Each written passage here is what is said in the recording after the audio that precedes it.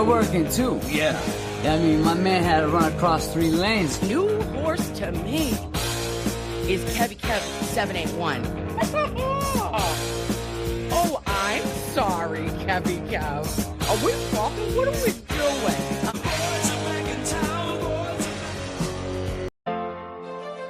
Yeah, like we throwing down, but I had to do this set out here. Why am I web band? But it's going to let us go. Hey man, wanna talk shit on internet? Then you call me homie, and you don't even know me. You see this dude on your screen, think you know the real me, man. You can just blow me. You all in your cute little studio, act like you on the streets, call me bro. Wanna be some big YouTube star while I'm keeping it real. Hell man, I'm here in my car, fighting the fight, doing it every night. Fight fiction with fact, we ain't pulling no curtain back. Think it's all about us, no man is bigger. Tell you right now, it's all about Jigger. Fighting the fight, doing it every night. Fight fiction with fact, we ain't pulling no curtain back. Think it's all about us, no man is bigger. Tell you right now, it's all about Jigger. Someone's hurt your feelings, man. Well, at least you could feel, man. Jigger got his life snuffed out, you know. There were 7 of them po-po. He was just walking, man, was having a spell. Didn't know what was happening, man, couldn't even yell. Put him on the ground, the only sound was I can't breathe, let me up, but not too damn corrupt. How it is, 7 on his neck, you don't figure. That just may be, you're gonna kill Jigger. Fighting the fight, doing it every night. Fight fiction with fact, we ain't pulling no curtain back. Think it's all about us, no man is bigger. Tell you right now, it's all about Jigger. Fighting the fight, doing it every night. Fight fiction with fact, we ain't pulling no curtain back. Think it's all about us, no man is bigger. Tell you right now, it's all about Jigger. Hey man, you wanna talk shit on internet? Then you call me homie. Man, you don't even know me. You see this dude on your screen, think you know the real me, man. You could just Message from the flight deck. Message from the flight deck. How we doing out there tonight? How we doing out there tonight? About to take you up to 39,000 feet. Pay attention. You could just blow me. Fighting the fight, doing it every night. Fight fiction with fact, we ain't pulling no curtain back. Think it's all about us, no man is bigger. Tell you right now, it's all about Jigger.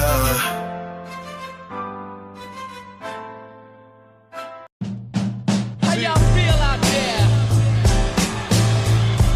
Oh yeah. Alright. Check this out. Is the place to be, as it is plain to see. He is DJ Static Selector. and I am 3, 2, 1.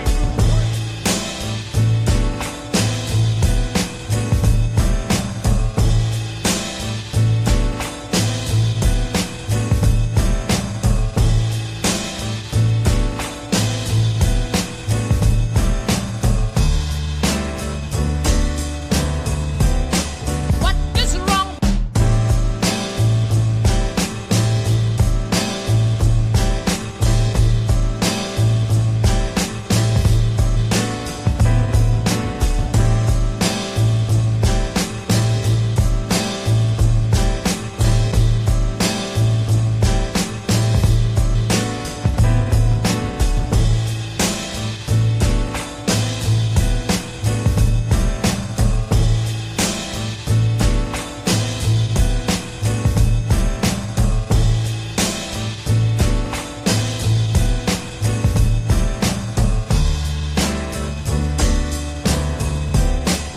What is wrong?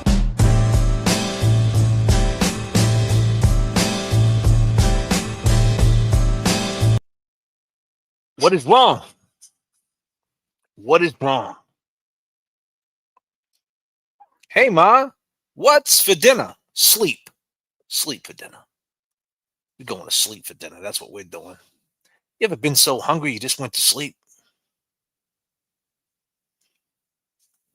Huh?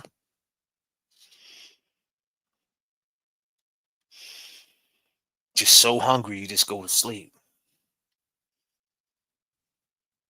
Hey, Ma, what's for dinner? Go to bed. It's too late to eat. You should have ate what I cooked. God damn.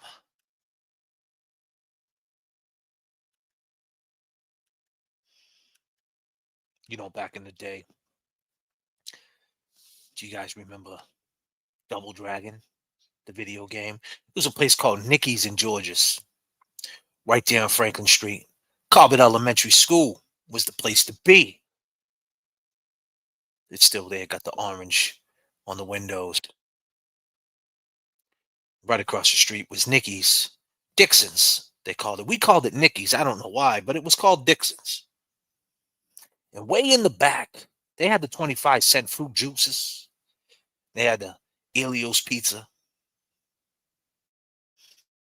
And in the back, they had Double Dragon. Just one video game. Moms used to give us the food stamp. We used to get the Chocodile for 25 cents. That Chocodile, the chocolate-covered Twinkie. It's called the Chocodile.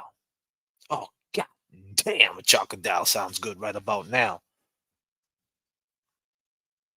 Get the Chocodile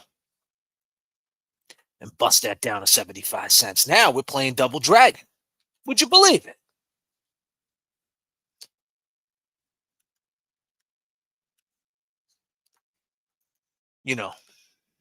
The boys are back in town. But we're working too. Yeah. I mean, my man had to run across 3 lanes. New horse to me is KEV 781. What up, people?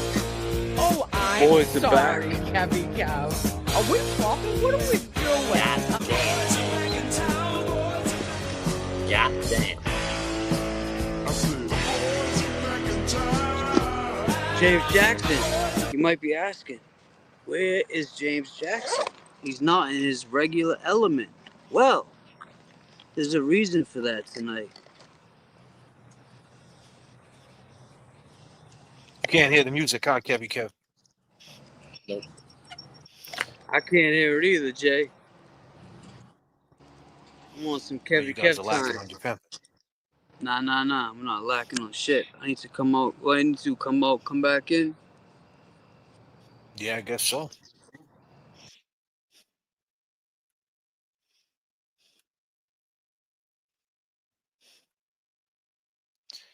Chocodiles.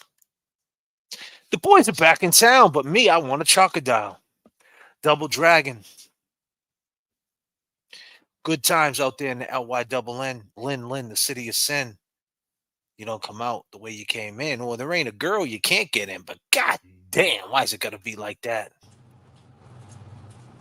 God damn. Let me run a mic check. Hey man, what's up, guys? Kevin from South Park. This one is for the boys in the pole. Mic check, out. 1 2. Boys in the pole out. 1 2 1 2. Mic check. Mic check.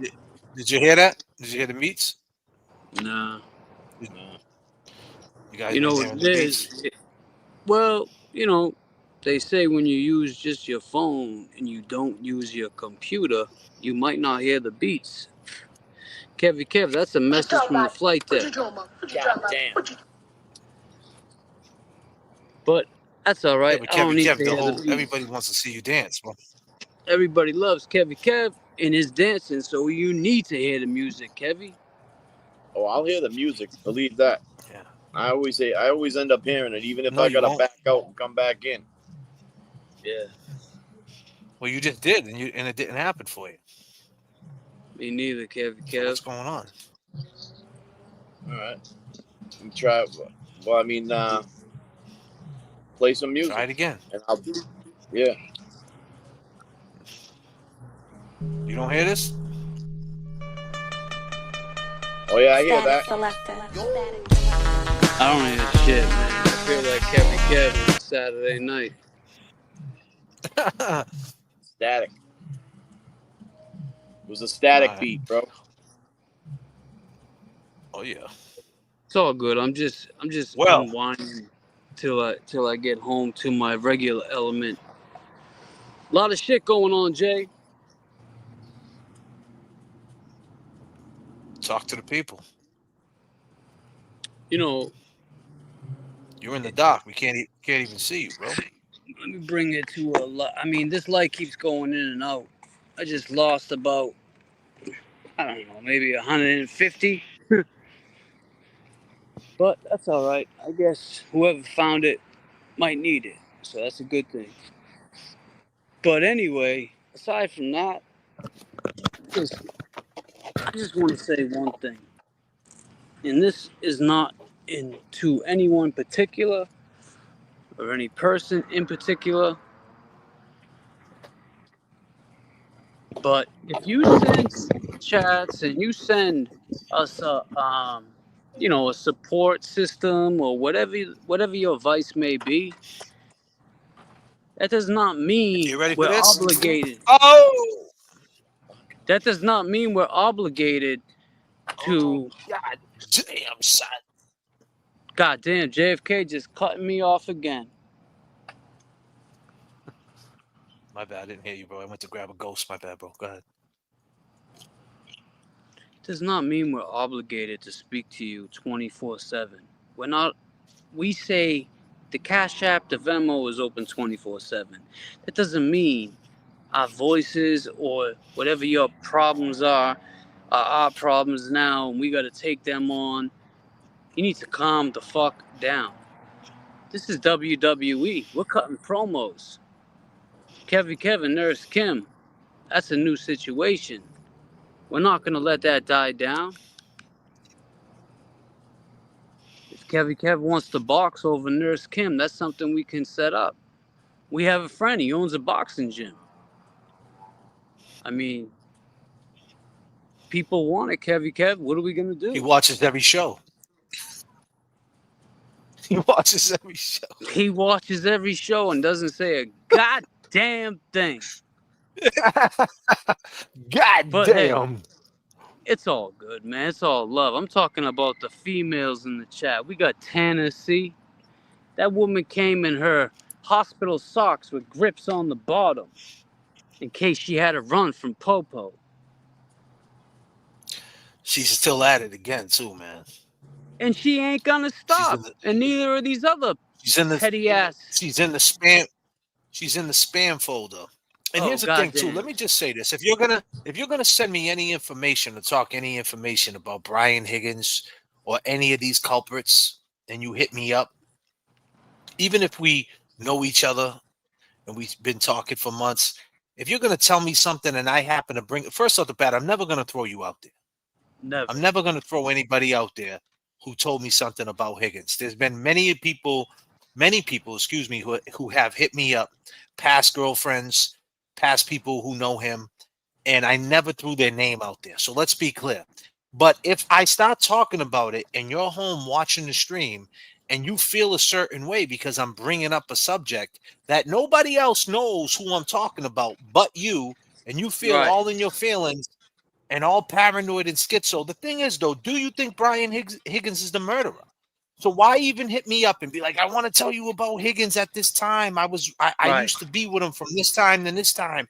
And when it was going on, you still haven't figured out how to keep your phone up, huh, Kev? Maybe Nurse Kim can help you out with a tripod. God damn. So maybe Nurse Kim. I just put the kickstand down, bro. I'm good. Yeah. So my thing is, like, people hit me up and they tell me all these things, and then they're like, I think he's guilty, he's no good, and I watch them, and they go on. I mean, they leave paragraphs of his situation. You're all messed up too, man. You guys, aesthetically tonight. I know, Jay. Hold on 1 second. I'm trying to find some light, Jay. Hold on 1 second. All right. We're gonna put you backstage. What park is James at? It's a good time to run up on him. No, he's around. Where's he at? But the thing is, hey Ma, what's for dinner? Karenread is free and Nana's cooking dinner. Who is eating? What are we eating?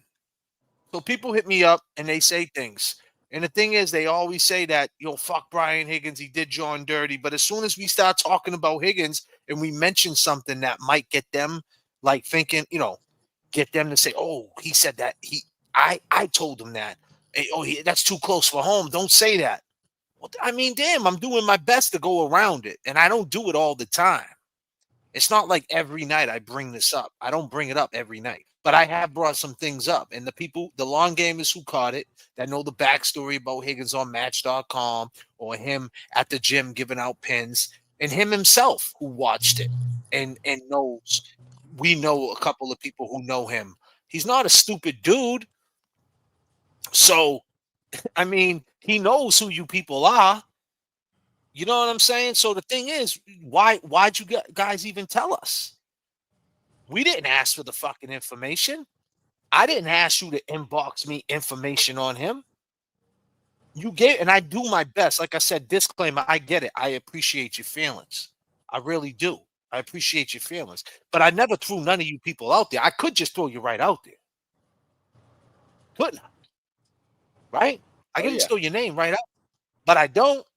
So I mean, just lay off. Don't make it seem like, like hit us up and be like, you kind of went a little too far. A little too far for what? Is John O'Keefe dead? Did Higgins punch John O'Keefe, knock him down, he banged his head, and did he die? Did that happen? Or didn't it? Do we want justice for John or not? I don't know. So I mean, it's just, and it's not just, it's just that I feel like people just are very, people want to get involved in the show and get involved with what's going on.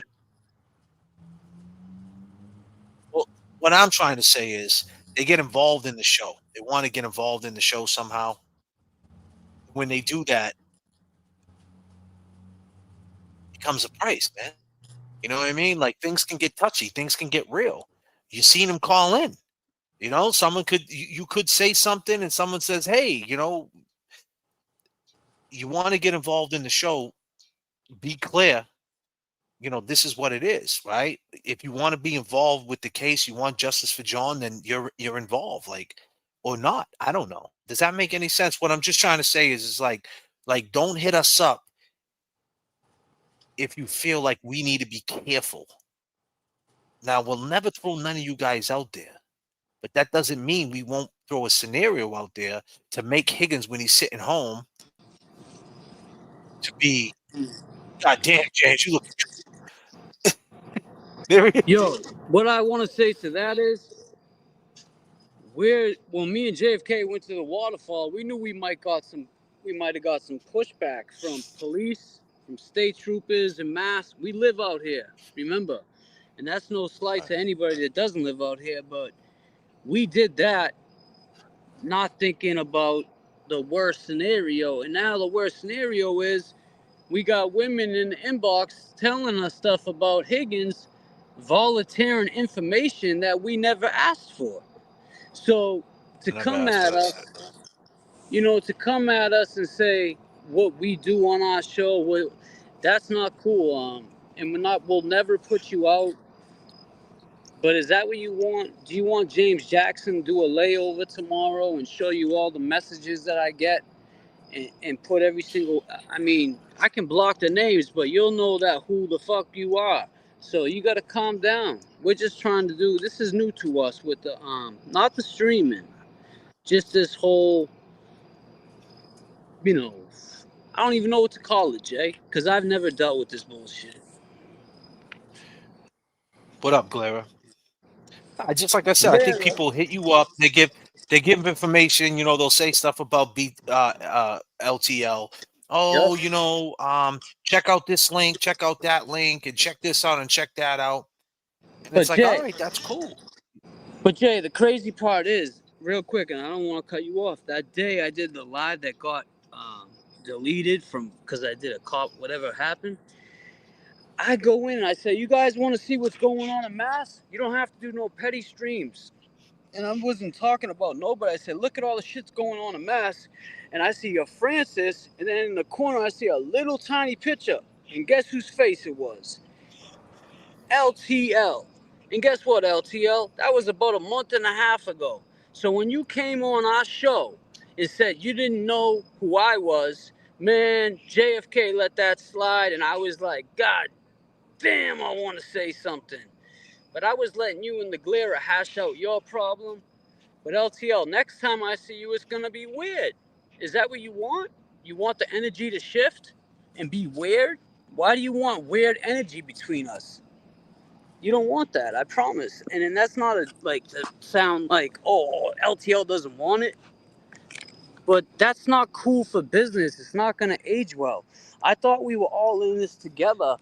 because we all cared about the same thing, and that was justice for John O'Keefe. Because J.F.K. and I, when we went to the waterfall that day, it brought me like down to my heart, man. I stood where John O'Keefe stood, and I looked to the left and to the right when he said, "Bitch, another bitch." And now I'm on YouTube looking to the left and to the right, wondering what's going on. So, man, I'm just going to leave it at that. I won't never speak about it again. But next time you see me, I'm James Jackson, Alan Jackson's nephew. That's how you come up to me and shake my hand. God damn, James. And that's a fact. James. We're working too. Yeah. I mean, my man had to run across 3 lanes. New horse to me is KEVY 781.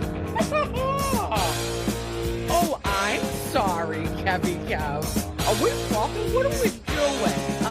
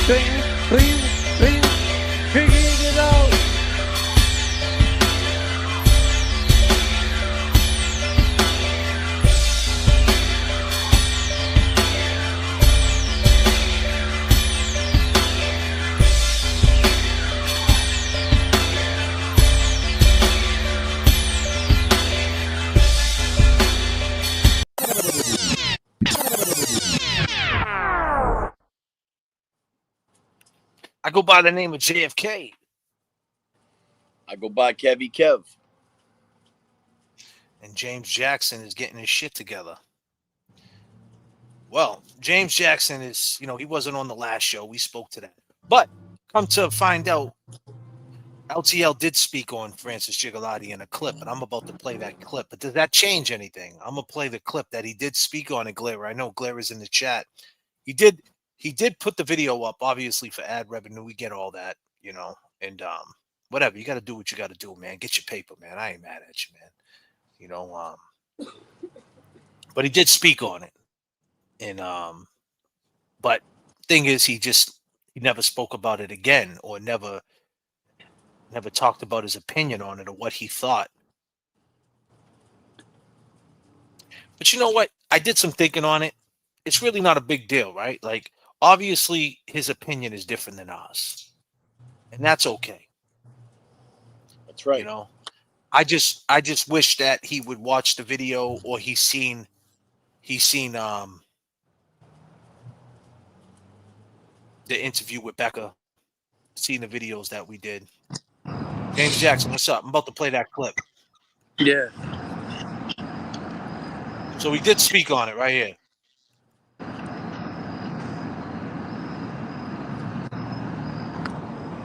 Fucking loud over there, huh?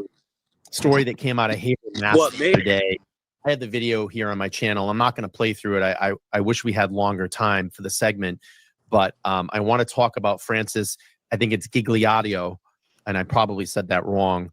What the fuck? But there is officials plan to hold up. Stop it right there, first man. public briefing on Gigliotti's death investigation on Monday. And if you haven't watched...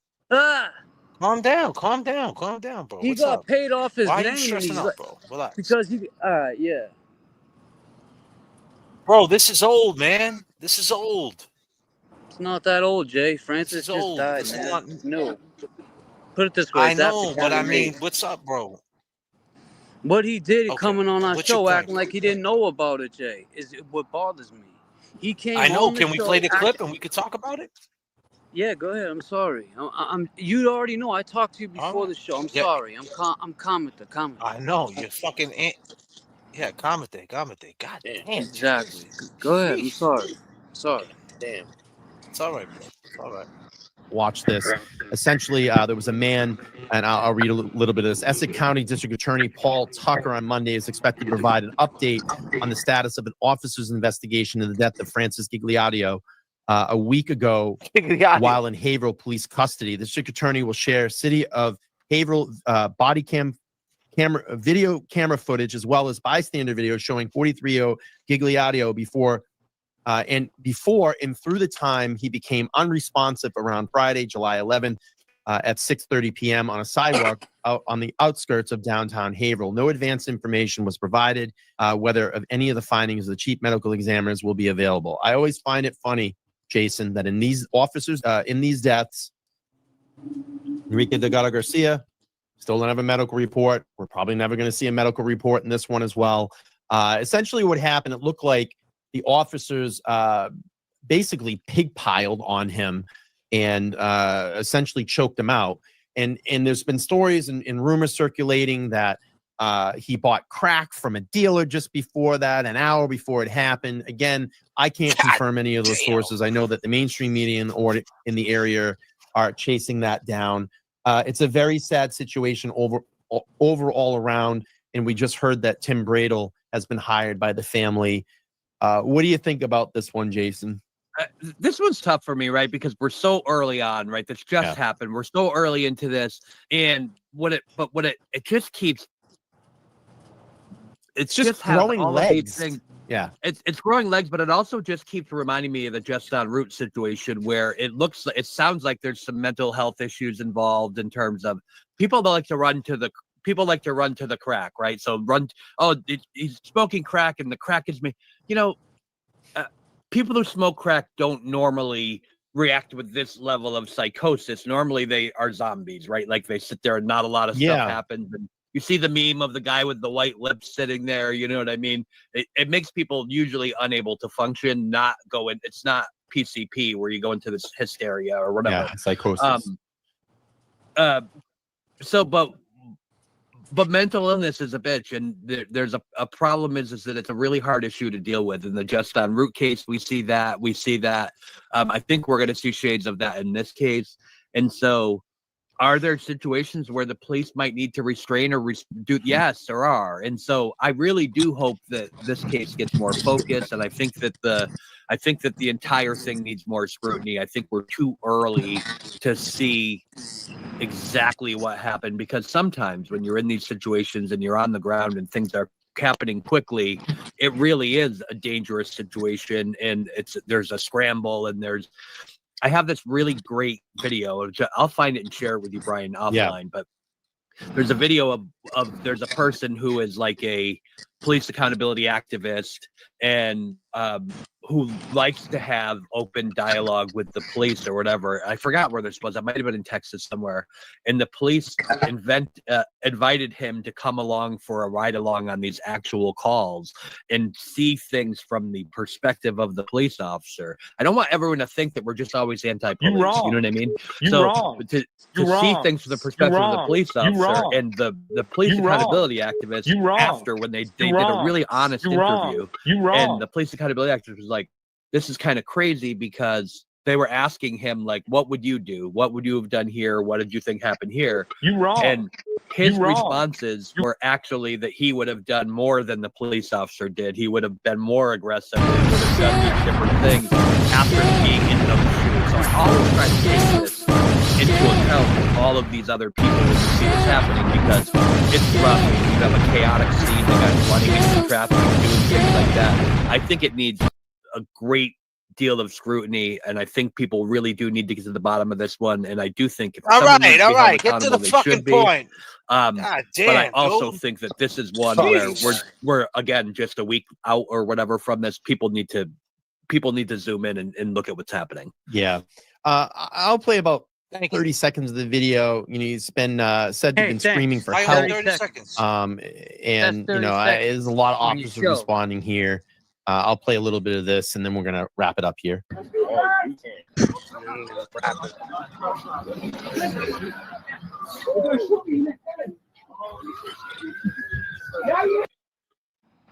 So you hear that? Like a weird Sunday. Is everybody having that feeling? What did he say So after though, Jay? he has. What was You his heard. reaction? So Francis says, hold on. Let's calm it down. Francis said he's gonna shoot me in the head. Right after they took him down, he said he's gonna shoot me in the head, and he goes, "No, we're not." So he was bugging out. He thought the cop was gonna shoot him. So the video that he has an OG video. That video wasn't shown. That video, I don't know where he got, because I got that same video. So I don't got know the where he same got it, video but he too. yeah. So Someone I in don't our know where he chat got hit that us video. up. Yeah. So maybe someone hit him up. Yeah, and they So hit he him got up the thinking video he was because somebody. well, he is somebody. He's got 60,000 Yeah, subs, but and he covered the yeah, he got Karenread case. I mean, 60,000 he is subs. somebody. He is, but he totally looked over it. He looked past it like All it right. had nothing. Let me. I mean, to Can me, we get? right? Go. I mean, I think I'm right. Let me. I'm not saying you're not right, bro. I'm gonna pass you the mic. Let me just lay down what I'm saying real quick, right? So be clear. He did bring it up. We had a show the other night where we said, was he lying to us? I didn't know that he brought it up. We can't keep up with everybody's content. So for now, my opinion, and I'm gonna pass the mic. My opinion of it is, if he's reporting on it, he reported on it, right? And if he chooses not to, but it doesn't take away from he didn't say to us that he reported on it. I think that's kind of weird. I don't know why he didn't do it. Maybe he forgot. Maybe he doesn't care. Maybe He because was he more drew an concerned opinion. about him and the. Oh, I'm sorry. I don't know why he didn't say, you know, I checked it out. I watched it. Now, be clear, the video that he has, that video, I can tell you right now, that video came from the person who actually filmed that. 100%. That's an OG video, because that video, the part where he says he's going to shoot me in the head, that's not out there. Yeah, I have that video. It's 8 minutes. So when Francis got grabbed and pulled down, I don't know what's up with this kickback on your phone, but I'm going to mute it up right quick. It's driving me crazy. So when he got pulled down, he said, he's going to shoot me in the head. You heard him say that, right? Yeah. Did you hear that? I did. So that's an OG video. And so when I say OG, that means that's the original tape. Original footage, that's the one. It's not edited. It's not broken down. That's the original one. So he got that from this cat. And a matter of fact, I got to go into my email and see if he mentioned it. See if that cat mentioned that he sent it to him. I don't know where he got it. But like I said, he reported on it. My take on it is he reported on it. If he's new Center 5 and he, just like they do, they report on it, you would think that he would be more involved. You think that he would follow up on it, considering all the shit we've been through with Karen. We got expectations of him to do better, but it still doesn't take away the fact that we were screaming Gigliotti, and he didn't say to us, "Hey, you know what? When that first came out, me and my guy, we went live and I did the video," and he never said anything. So I don't know why he didn't say anything. I don't know, but my take on it is, his name's out there now, so it is what it is. So he did report on it, so it is what it is. I don't know why he didn't tell us, though. Go ahead, guys. I just want to say real quick, because I don't want J.F.K. to be dealing with feedback. The reason you're probably dealing with it is because it's like an echo down here. You know where I'm at. So when you talk, like, I can hear it echo off the buildings. But anyway, I just think it's weird. He came in our chat just to speak to the Glera. As we're speaking about Francis, he's acting like it never took place. It's like, yo, you, in hindsight, you might have been the first one to speak on it as a creator, LTL. And I'm giving you that. You might have been the first one to put that on. First of all, you crucified his name, but you tried, is my point. So I just don't know why he didn't bring it up. And I just want to say one more thing, because me and the Glera, I think the Glera's got something. So the time when LTL acted like he didn't know me, it's even worse, because I started thinking about this today. Glera, you weren't there.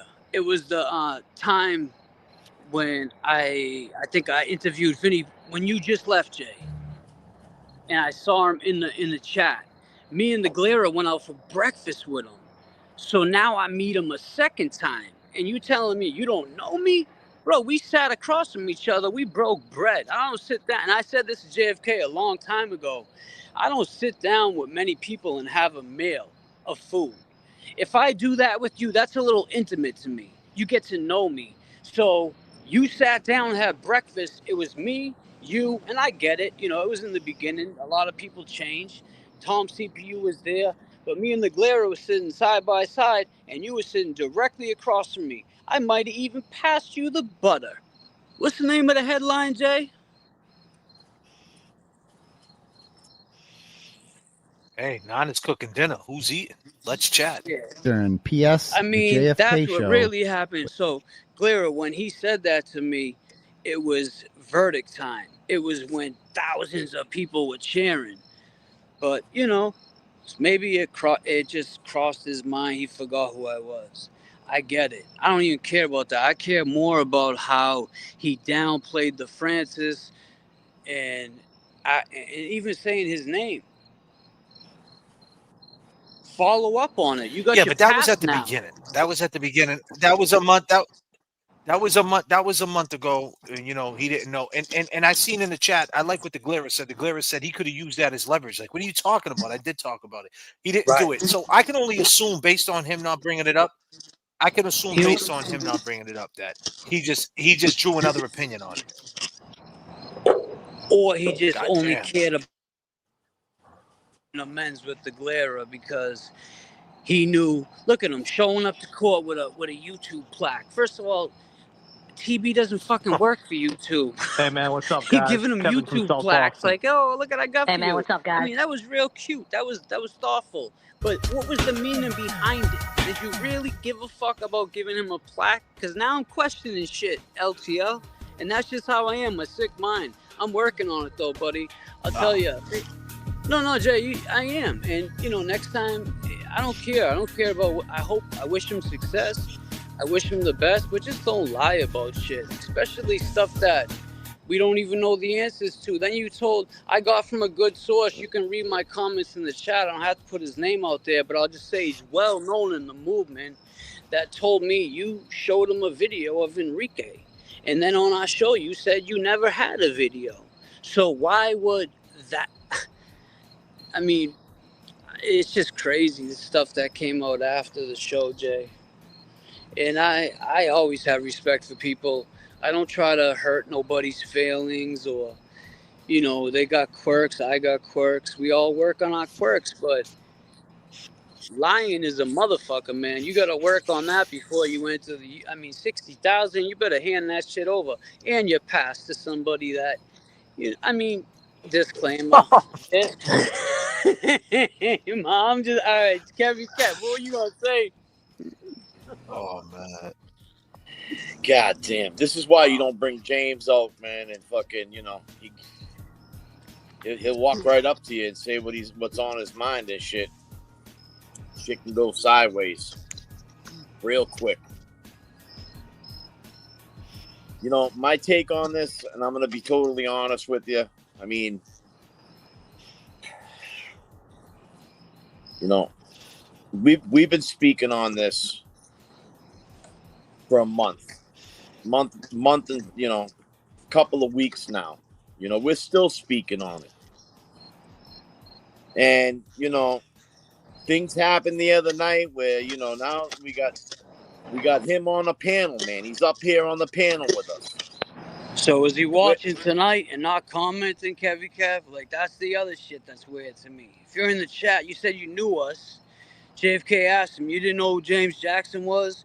The guy that got the call from Kevin from South Boston, he's like, oh, yeah, I watch you guys. Well, then, so you know who James Jackson was. Like, it's just weird energy, man. Keep that shit on the other side, you know, if you're going to act like that. That's just weird. I don't get it. I mean, and I wish him, like I said, I wish him the best. But go ahead. I just wanted to touch on that point. Yeah, no, I mean, I just, you know, we're up here and James, it's bothering you. I mean, that's the passion you have for it. You know what I'm saying? And we got to let people understand that you're aggravated. You're upset about it. You know what I'm saying? We've been speaking on something for a month and a half now, you know, and You know, we got somebody on a panel with us, sharing the floor. Yo, you were in the chat when I said, covers this? That, remember when I was live and then it got canceled out? You were there when I said, oh, look who's covering it. How crazy. Me and J.F.K, like, at the same time, he was doing something totally different in Atlanta, but he caught it at the same time I did. Because we spoke about 15 minutes after my shit died. He's like, I thought you were going live. I said, I am live.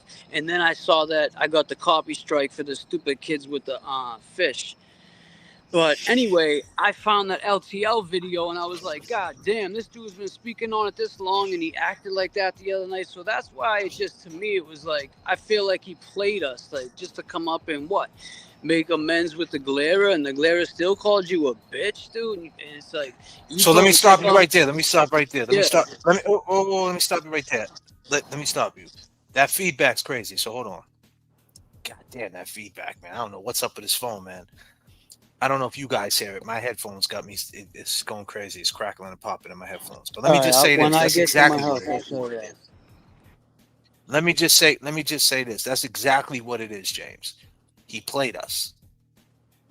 He came on the panel and he played us. That's it. You know what I mean? For whatever reason, he played games, and that's what it comes down to. Go ahead, KEV. Finish your thought. You know, I mean, you know, it's the passion that irks me. You know what I mean? It's like the header. You know what I'm saying? Grandma cooks some dinner. We invite you over for dinner. I tell you how, you know, my grandfather, you know, used to have this, you know, Mustang. You're gonna disrespect Grandma. You know, I'm sitting at the table. I'm telling you about my grandfather's Mustang, and you know, I'm passing you the gravy, and we're all talking, and you fucking pulled up in front of my house with a Mustang, and you don't even tell me. You know what I'm saying? It's like you're sitting there across the table from me. You know? Eating my fucking Nani's food. Lying your ass off. Fucking, yeah. If it's fucking too hot in the kitchen, man, get the fuck out.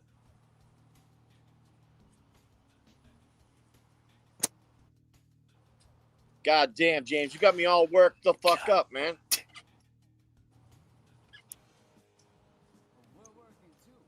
Clara said he tried to play you. You guys were on him before you. Yeah, he wanted us to team up with him because we're from Boston. That's what it comes down to. Oh, I'm sorry, KEV. Are we talking? What are we doing?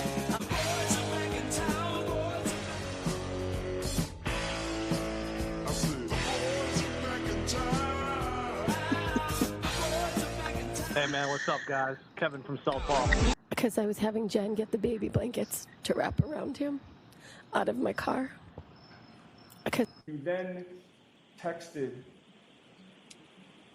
your wife, Brian Albert, and Nicole Albert, quote, tell them the guy never went in the house, correct?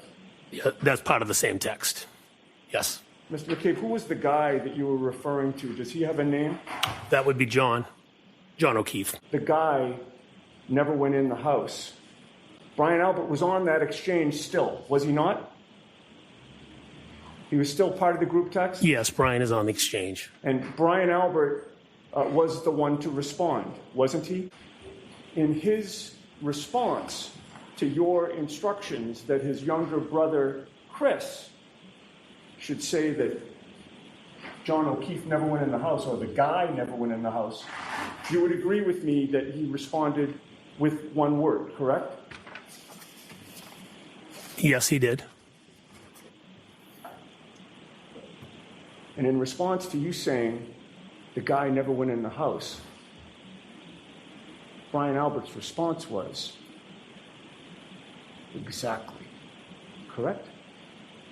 Yes, that's his response. You then lost in a dream, don't know which way to go.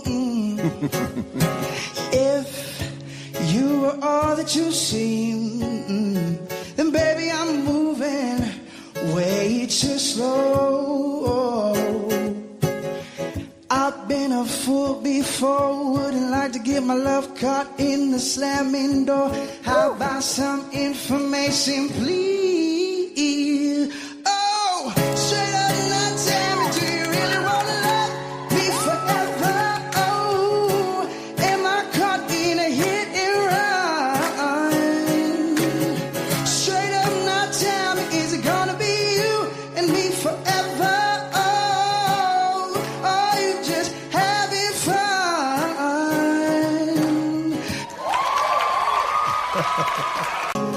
Lord. There's a goddamn dog coming in here. Go ahead, Kev. What's up, man? You all amped up. So there's been a lot. So Glera had you on the show last night on the show. Everybody's talking about how you dance, you bust a move, and you got this thing called a soft clap. What's that all about? Yeah. What's that shit about? That soft clap? What? They said he had a... Hold up. Disclaimer. They said he had a what? I didn't see the soft clap. Is he frozen? Nah, I'm not frozen. Soft clap. I don't know what the fuck they're talking about. Oh, when he dances, when you dance, you got clap. When you get, damn man, nah, calm the fuck down, Kevin. It was Nurse Kim, bro. You guys, wow, you guys off the rails tonight. The soft clap when you dance, bro. You go like this. There's nothing to be worked up about, though. What's there to be worked about? Who cares, man? Who cares? At the end of the day, who gives a fuck about any of these people? It's like Real the security talk. looking at us with polos in the bag, man. Ain't no thing. It's like, all right, they're looking at us. So what? You know? Don't be scared now, Kev. It's just polos in the bag. Exactly. I'm good, man. Listen, man. I get in the zone, man. I get comfortable. I get in the zone and shit. That's me, man. You don't like it? Fuck it, you know. I'm in the hood. Yeah, but the thing is, right? We don't do that here. We're not gonna sit here and smash on people or just get all upset and show anger and be mad about what? There's nothing to be mad about. Like, you know what I'm saying? Like, we know what it is. We're like, alive, dude didn't man. say Life what he is said. beautiful. And that's what I'm saying. Like, who cares? Like, he played himself, man. You know, there's a saying, sooner or later you pull your own card, and that's what the dude did, you know. But at the end of the day, he did speak on it and he did say it. And if that's the way he went about it, and that's the way he does business, then that's what he did. Now, to me, it opens up the dialogue. This is all an angle, man. You know what I mean? I don't really take it too serious because at the end of the day, last night, the Glera, I gotta mute you, James. I can't take the kickback. Oh, it's yours too.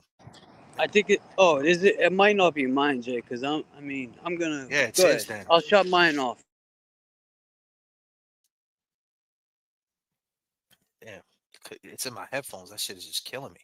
But at the end of the day, what I'm saying is that as long as people are talking about Francis Gigliotti, we did our job. You know what I mean? That's how I look at it. You know, and if the Glera was on last night talking to two big dogs, he was talking to Aunt Deb and he was talking to Nurse Kim, and they talked about Francis Gigliotti. Don't forget, he's talking and Turtleboy. So I mean, if the family's watching and the family sees these people on the panel of everybody talking about it, then I did my job. You know what I mean? I just would wish that, you know, the passion that I have that other people have, but I can't control people, places, and things. So I'm not going to get all mad and all fucking flustered. There was a girl in the gym tonight in Crunch Fitness. She was showing butt cheeks. God Hold damn, on a minute. Jay. She was showing like legit showing butt cheeks. Oh, and she was doing yoga pants. No. You're not listening to what I'm saying. She was showing butt cheeks. There was no pants. There was butt cheeks. She was showing her butt cheeks and she was doing yoga poses. And everybody was watching her. And you know what I did? I said, fuck all that. I'm doing my deadlifts over here. I'm doing incline. I got to get the fuck out of here. This is the Limb Fest. I'm out. I'm in and out. I'm out of here. Dog. It's the Limb You didn't Fest. So have time to look congratulations. at them butt cheeks. Congratulations. You got nice butt cheeks, but I'm working too. I looked over. Yeah, I'm working too. I looked over once. I seen the cheeks. Hey, congratulations. You know, you got some cheeks on you. All right. But I got to do what I got to do. I can't get lost in that shit. but I Hell can't no. control her. So my point is, my opinion of her really doesn't matter, man. I can't control why she did that. I mean, there's a bunch of guys in the gym. She's in the middle of the gym in the weight room. She's not like in a spin class. She's not where the punching bags are. She's not like, she's in the middle of the gym where the weights are, and she's legit doing yoga poses with her cheeks out, and every person staring at her. And I'm like, listen, man, I gotta no sell it. I know she's right there, butt cheeks out, but Butt I gotta cheeks do out. what I gotta do. You know what I mean? So at the end of the day, you can't control people, places, and things, man. I don't get caught up in that, man. You got to do what you got to do. You got to know your vision, and you got to know what what you got to do for you. So getting gotta angry about stuff like you gotta But even like Kev, it's crazy. No, but let me just say one thing, because what JFK just said, you gotta focus on what really matters. And people were taking the shit serious. Oh, you and Kev are gonna box for Nurse Kim's heart? Are you kidding me? We're cutting promos. I said, this is WWE. I mean, you can't. Oh goddamn! There goes a big oh yeah, old. but now you're pulling the curtain back, bro. What are you doing? What do you mean? You pulling curtain back? Why you pull? We're in kayfabe. We're in kayfabe, man. We're trying to stay in character, and you're telling everybody what it is, man. Nah, I'm not trying to Stay in say. character, I'm man. What just you mean? You're saying the you got no. I'm still in. I'm just saying you who got are to you saying it to? understand. I'm saying to the world, man. You got to understand. Everybody in this YouTube, you don't. If you Man, don't touch them, it's not real to me, Jake. That's what I'm trying to say. If you're not with them and you don't know them, it's not real to like. Don't take shit serious. Don't take certain things serious when you already know the like.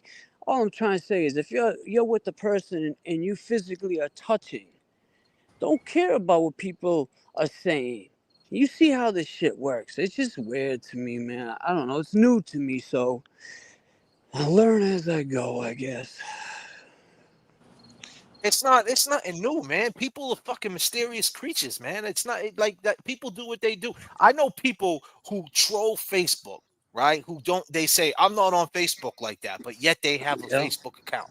And so they have a Dozens. Facebook account, but just because they don't post, they say they're not on Facebook like that. But yet they're looking at everybody's story, they're looking at everybody's pictures of their kids, and then they'll come over to you in the mall and they'll see you. And you'll say to them, hey man, what's up? And they just seen you with your kid. You just posted a picture with you and your kid, and they seen all that, and they'll look right in your face and be like, hey man, how you doing? Oh, that's your little girl? Wow, she's beautiful. Acting like he or her never seen your kid before, knowing that they just watched your story, knowing that they just seen they watched your, they got an iPhone, and you look and listen, you pull their card, you say, yo, what type of phone you got? Is that an iPhone 16? How much was that? Was that 1800?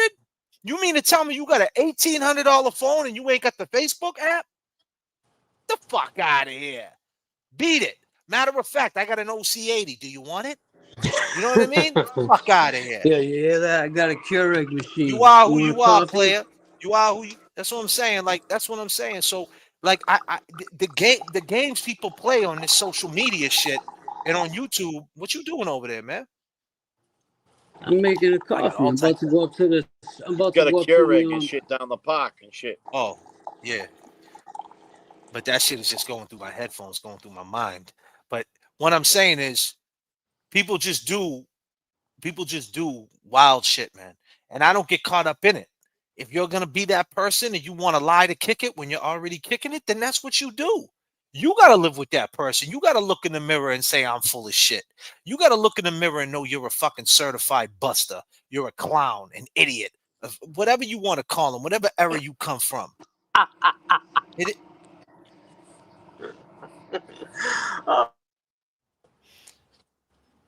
I mean, this shit happens all the time. You know? So I mean, so as far as like him pulling that stunt, like coming on, not saying anything about it, you know why? But here's the dialogue. And I think we're getting lost here. The dialogue is this: there's a mental health situation. It's in Haverhill, Massachusetts. We got the Glare in here holding us down. Thanks, Glare, for being in the chat, man, keeping everything right. So the Glare is up in here and keeping it spicy, right? So he's not familiar with Haverhill. Haverhill is a rugged town. Is a rugged city. It's known for drugs. It's a lot of Dominican cats, a lot of Puerto Ricans, and a lot of white people. Because when I went there, I was surprised how many white people was there. Because I was always under the impression, because I'm from Lynn, and there's a lot of Puerto Rican, but there's a lot of white people out here in Lynn too. Don't get it twisted. But Big Lynn, industrial town, Haverhill, and Lawrence are all brother and sister.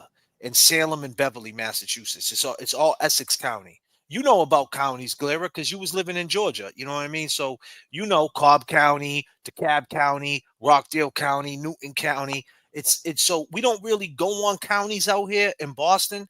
Like we don't really say, "Oh, I'm from Middlesex County," you know, because that could be Malden, Everett, Lowell. That could be, it could be Marlborough, Mass, Framingham, Mass. Middlesex County is the biggest county in Massachusetts. Then you got Hampton County, which is Springfield, Holyoke. That's way out there. That's 2 hours away. Then you got Norfolk County, Quincy, Weymouth, Canton, Stoughton, where all that shit went down. And that's in the South Shore, right? And then you got Plymouth County. But we don't really talk about counties. We just say where we're from. Oh, I'm from Plymouth. Oh, I'm from Boston. I'm from Malden. I'm from Lynn. We don't really say what county. But the reason why it means so much in this case, Essex County, is because it's the same county where the woman Kelsey got shot at in Andover.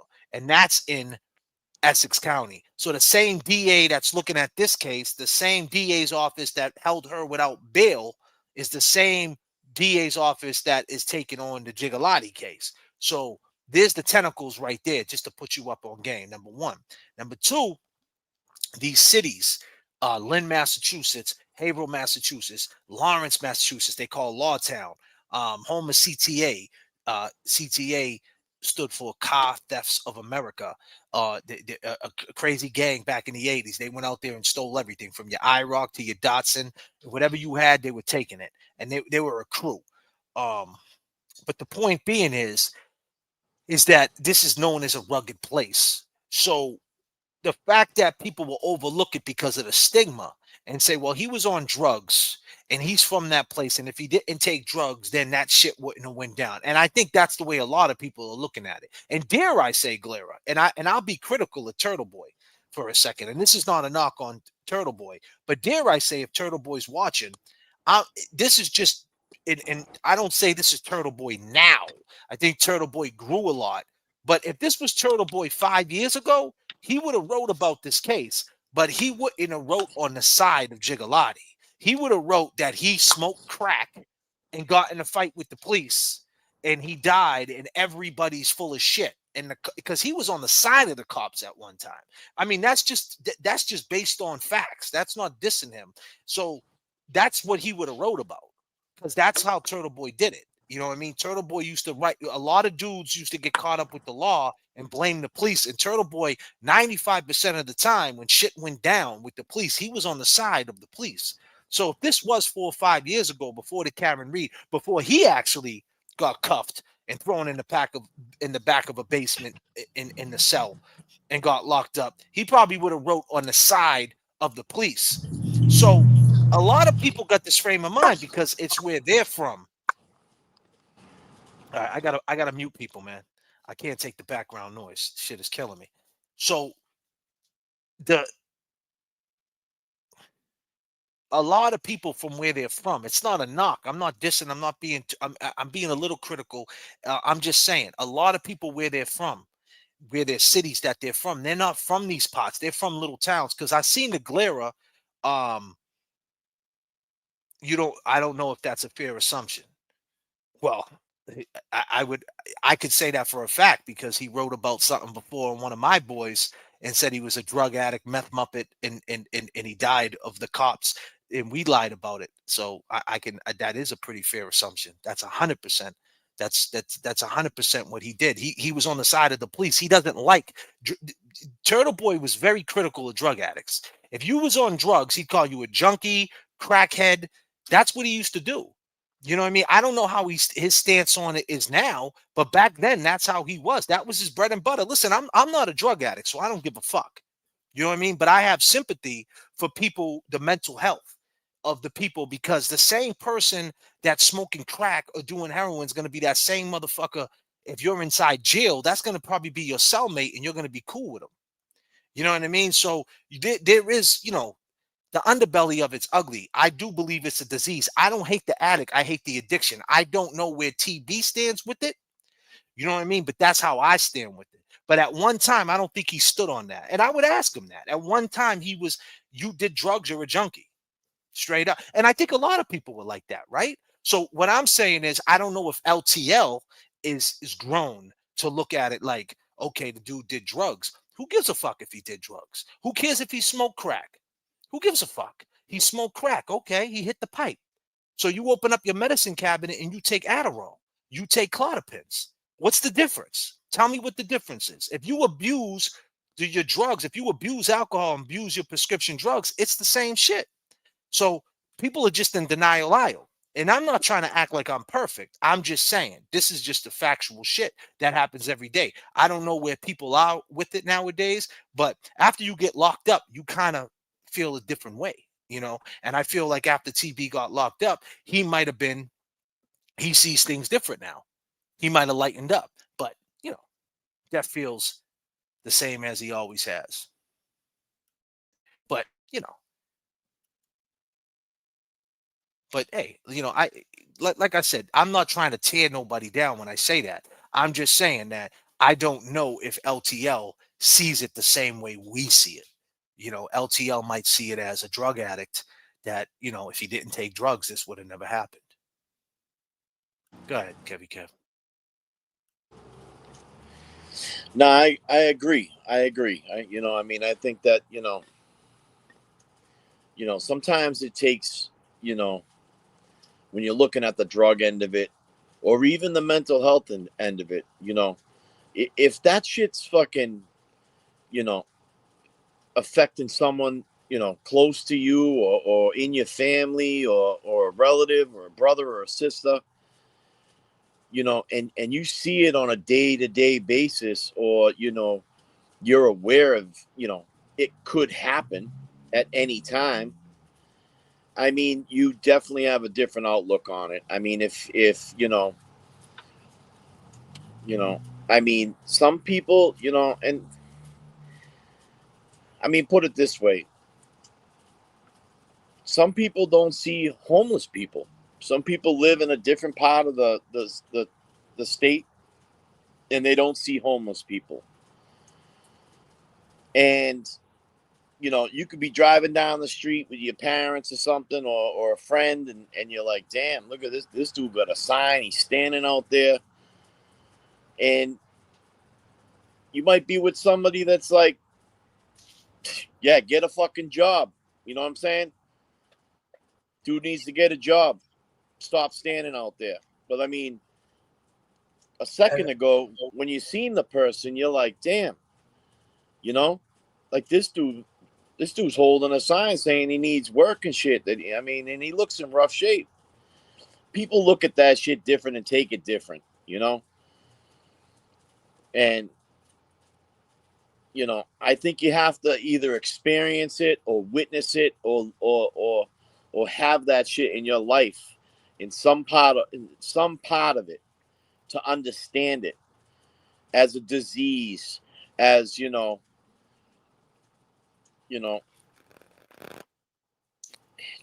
have to accept it. You know what I'm saying? You almost have to accept it to understand it. You know what I'm saying? It's just tough. I mean, everybody feels things. Everybody feels things. TB admitted. Different. TB has admitted he sees things differently, but also believes not all towns are corrupt in Massachusetts. Then came across the Kevin Spacey hearing, or maybe it's so many vocal, amazing people bring him. Well, I don't know. We're gonna have to ask him that.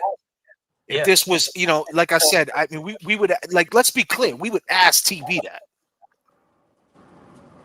It's not like we won't ask TB that. And that's the thing what people got to understand. I feel like when you talk about Turtleboy, people are like, oh my God, he said something about Turtleboy. And Turtleboy is like, he's the first one to tell you, yeah, man, speak on me. Right. You know what I mean? What do you want to ask me? I think that's like, it's like you worked his character up so much as like a fucking, as a superhero, you can't talk nothing bad about him. And it's not nothing bad. Disclaimer, I'm not saying nothing bad, but you can't be critical of him. You can't say, Right. yo, if this was 5 years ago, like 5 years ago, he was writing articles about what he was writing articles on. He was busting raps. You know, at one time, you know, Turtleboy never even showed his face. He never showed his face. Yeah. So I mean, what he's doing He now never is showed his great. face. But yeah, He 2018. never showed When his that, face before. People, it's all love. he never showed his face. But I'm saying he never showed his face at one time because he knows what he was doing. Yes. Yeah, salute. Because he knows what he was doing and how he was doing it, and he was making money. At the end of the day, TB was always about money. You can't hate on the dude for making money. Hell no. He was making money. And listen, let's be fair. Let's be fair. We just talked, and let me put context to that. Glera just did a 3-hour stream about LTL, right? Because it gets numbers. The chick, Jess Machado did a 3-hour stream on LTL because it gets numbers. Man, TB's been on that shit forever. All he did was he had a crew of people that went around Facebook that seen ratchet people, and he would write articles about people, and he knew that people loved the fuckery. They loved it. They loved it. They didn't want to hear about. They didn't want to hear about. They didn't want to hear about creativity and sober and kumbaya. They want to hear fucking the dirt, and he knows that. That's what he built his brand on. Women losing their kids. It's just that and this right here now, obviously Karenread is a whole other different thing. It kind of like he finally got what this fell on his lap, but I think this is what he always strived to be. This is the perfect thing for him, Yeah, the placement. He finally got his shot. You know what I mean? That's something big, and he was ready for it. More importantly, he was ready for it. So all that shit he used to do, it set him up to handle this the way he can handle it. Because there's two sides of it. You know what I mean? He knows the fuckery side, and he knows the real shit. He knows the Howie Cars. He knows the lawyer you knows. He knows the big dog platforms. He was just on a platform with the black cat. I forget his name. That's pretty big.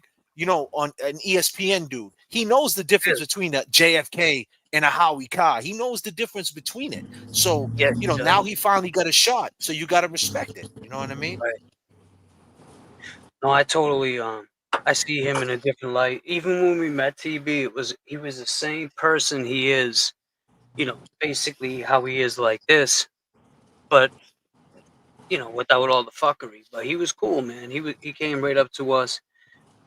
So yeah, shout out to TB. I like TB, man. He's funny man. too. It's all up, but that's what I'm saying. Like it's at the end of the day, it's kayfabe, man. At the end of the day, it's entertainment. When you publish your videos, it's under fucking entertainment.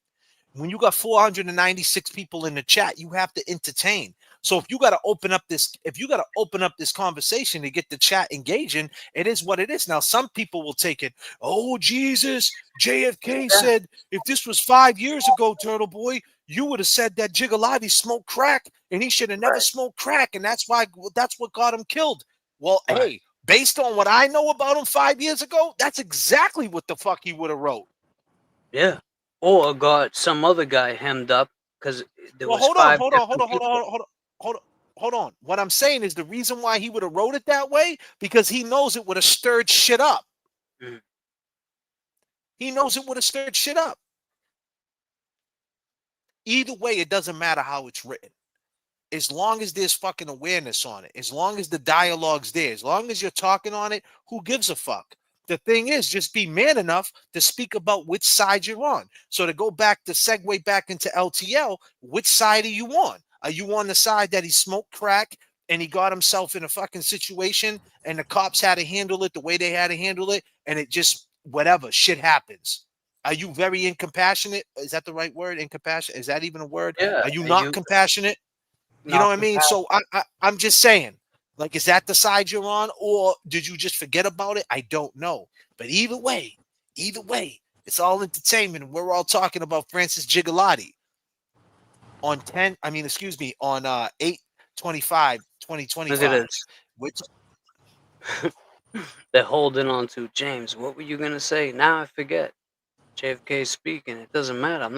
We're not talking bad. We're just saying what I want to we hear know. about the champion banner. Yeah, I mean the championship banner. That was a beautiful thing. We're not going to talk about that. That's going to be something that's going to come out Listen, when that comes out, it's gonna come out the right way. You can't We're gonna just, have- but you can't just talk. But that's the thing. I told Kev that earlier. You can't just talk about that. That story's way too long. That story's way too long. And it's too not just important like it's not. It's to not. give You the can't same just talk quotes like that. You know, it's too important. You can't just tell that. You can't tell that story in 5 minutes. That story is like a 3-day Hell no. live, man. Yep. That story is gonna. You guys are gonna listen. Saturday Night Live. I showed you guys just a smidget. I'm actually. That was my first copy strike, and I'm glad they did it to me because they did it. Kev, did they show the whole Saturday Night Live shit? No. Good. No, So you guys got a snippet of what's to come. Me and J.F.K. got a lot of behind the scene footage from that year, and yeah, it is what it is, man. That's for another day. That's placement. We always talk about placement. Speaking of placement, I got Keno in the back. Everybody says they want a sign behind them. I got a Keno sign. All right, I got that last night. So. Hold on, we got some turbulence. Yeah.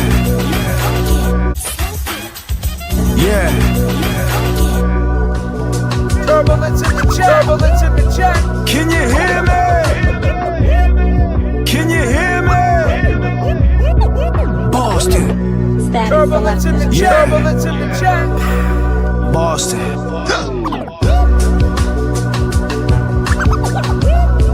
Can you hear me? 3, 2, 1. Can you hear? Static selector. Yeah. We're working too. Boston. I mean, my man had to run across 3 Yeah. We're working too. Boston. I mean, my man had to run across 3 lanes. Can you hear me? Static selector. Yeah.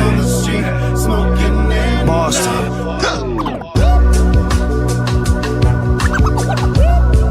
Can you hear me? Turbulence in the chat. Can you hear me? Can you hear me? Boston. Static selector. Yeah. Static selector. I've traveled so far. Boston.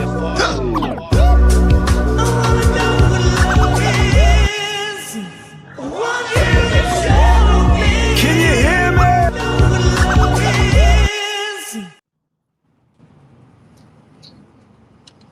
Yeah, so we got some turbulence coming through. Some turbulence coming through real quick. We got. He did a whole live.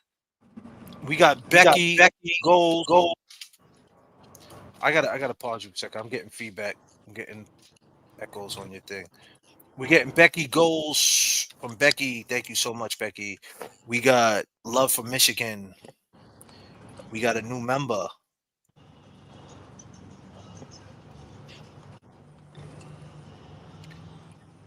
Thank you so much. Becky again. The boys are back in town for sure. Norman, maybe these cops should take a few classes about mental illness instead of taking overtime doing details, sleeping in their cars with blacked out windows. I am fucking sick of this shit. Okay. I dig that, Norman. Paula, what up? Became a YouTube member. Becky again coming through. The boys are back and they're all fired up. Indeed. I love how your hearts are in everything you speak on. Nothing but real talk at 39,000 feet. For sure. For sure. Appreciate all the turbulence, people. Remember, turbulence in the chat keeps the plane rocking. And if you got anything you want to join the conversation to get the conversation moving, hit us with them goals. We got goals in different area codes, or you can hit James Jackson on Venmo, and you can hit KEV 781 on the Cash App, and J.F.K. show off and all that on the Cash App and on the Venmo. If you want to talk to us, for sure, for sure.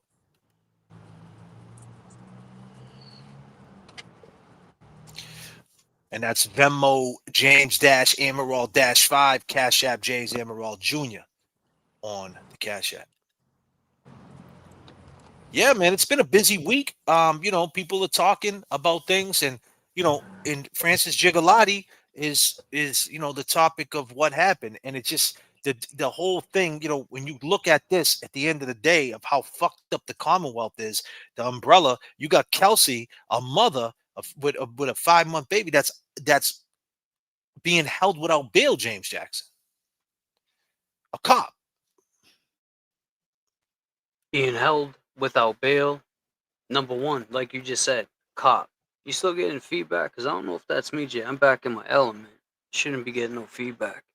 Sometimes I get echoes from whatever you got going on over there. We're good now, though. Anyway, Go ahead. Kelsey, she, like you said, she's a cop. She's in there with a hole in her chest. And she's going through that. What's it called? I don't want to say the wrong word. Women Postpartum. Yeah, Postpartum. Postpartum. I can hear that the scratching. But yeah, man. And then you got what's his name, Miles Cash, out on a bail on a murder one, unheard of, because of Proctor's bullshit with Karenread. And it's like, yeah, I get it. Everyone, everyone's laughing. It's funny. What about Marquise? What about his family? You think they're laughing? And that's where this all started, right? That's where it all started, because people were doing lives on Scapiccio tearing up Lally, right? Now, who's Scapiccio? What's she all about, James? I mean, I guess she likes the cannolis at Mike's Pastry in the North End. But hey, I heard Bova's got better ones, so you might want to try Bova's. But I get it. You want to win. You want to come in there and say, "Look what I did. I got Proctor shaking in his sketches, whatever his vice may be." All I'm saying is, think about Marquise's family. You know, deep down, Miles did the shit. Marquise had him at the scene twice. I mean, it is what it is. Shout out to you, Miles. This is no slight. I'm glad you're home. You know the street code. You're home. You beat a case. Good for you, man. But I mean, where I'm at in my life today, I just think it's fucked up what Marquise's family's going through. So, salute to you. But just think every time, you smoke a blunt or hook up with a girl or buy a pair of Jordans or whatever the fuck your vice may be, Marquise can't do that no more. And that's all I'm gonna say about that case, man. I just want justice for Francis. It's been too long. We know what happened. We saw what happened. And That's what I'm I'm saying. ashamed. Do you need to see more? Well, I'm ashamed to say too, Jay. Dennis Sweeney made a post saying that only 5 people went to the standout this weekend that just passed. There was only 5 people there. And it's like, you know what, guys? I get it. Karenread was a big catch, Alan Jackson's in town, David Yannetti, all these big time names.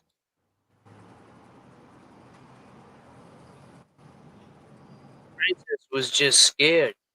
He was no threat. If anything, he was a threat to himself.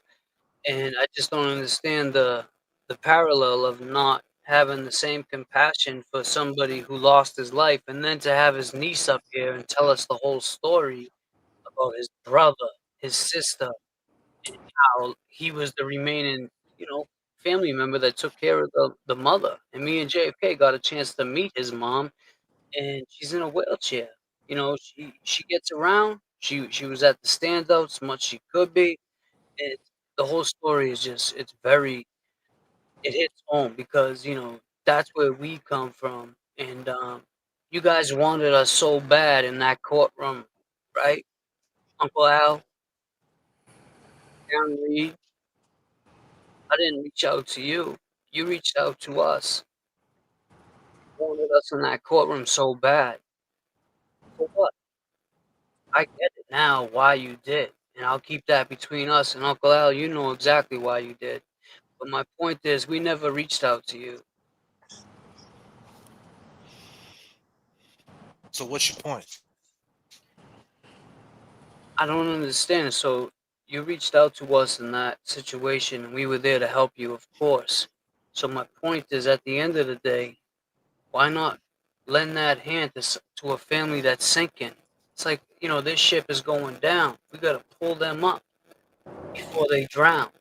And we did that for you. Ooh, what's Francis, you his mean family, you mean man. Dennis, there's 5 people out there. I'm talking about the boots on the so what do you ground. say? So what I'm saying, I'm trying to understand. So you're saying that Karen should speak on it? Is that what you're saying? I'm not saying Karen's gonna speak on it. Hell no. Because I know Karen No, won't. is that what you were saying? Is that what you No, were saying? no. My point, what I'm saying is, I get mad feedback, Jay. You say you can't hear it, but it's pissing me off. I'm not saying I can Karen. hear it. I can hear it.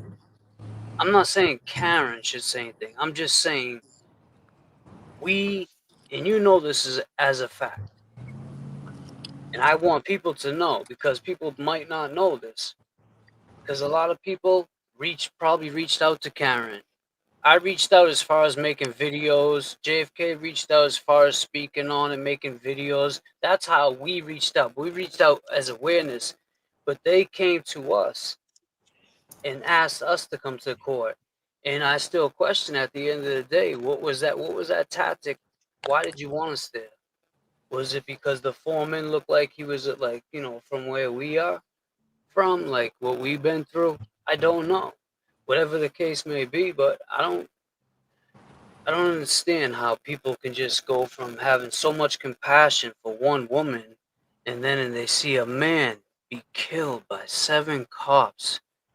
And dare I say, his lawyer representing the family is representing Turtleboy, the man who started this whole shit. I get it. You guys are like, you still got to go to court for Turtleboy. It's a lot to ask for. But 5 people? That's crazy when Dennis said that. I just think, Jay, at this point, there should be at least 50 people at those standouts, because they're going to see So let me 5 put the people context. and So let me laugh. put the. They're going to laugh at Can I us. put That's the? the context. So what's the context? The context is they're going to Okay, laugh but at what's us. All right, go ahead. What were we going to say? Nah, let you go, bro. I'm trying to just saying, understand what you're saying. All right, so I said a bunch of things. You're saying that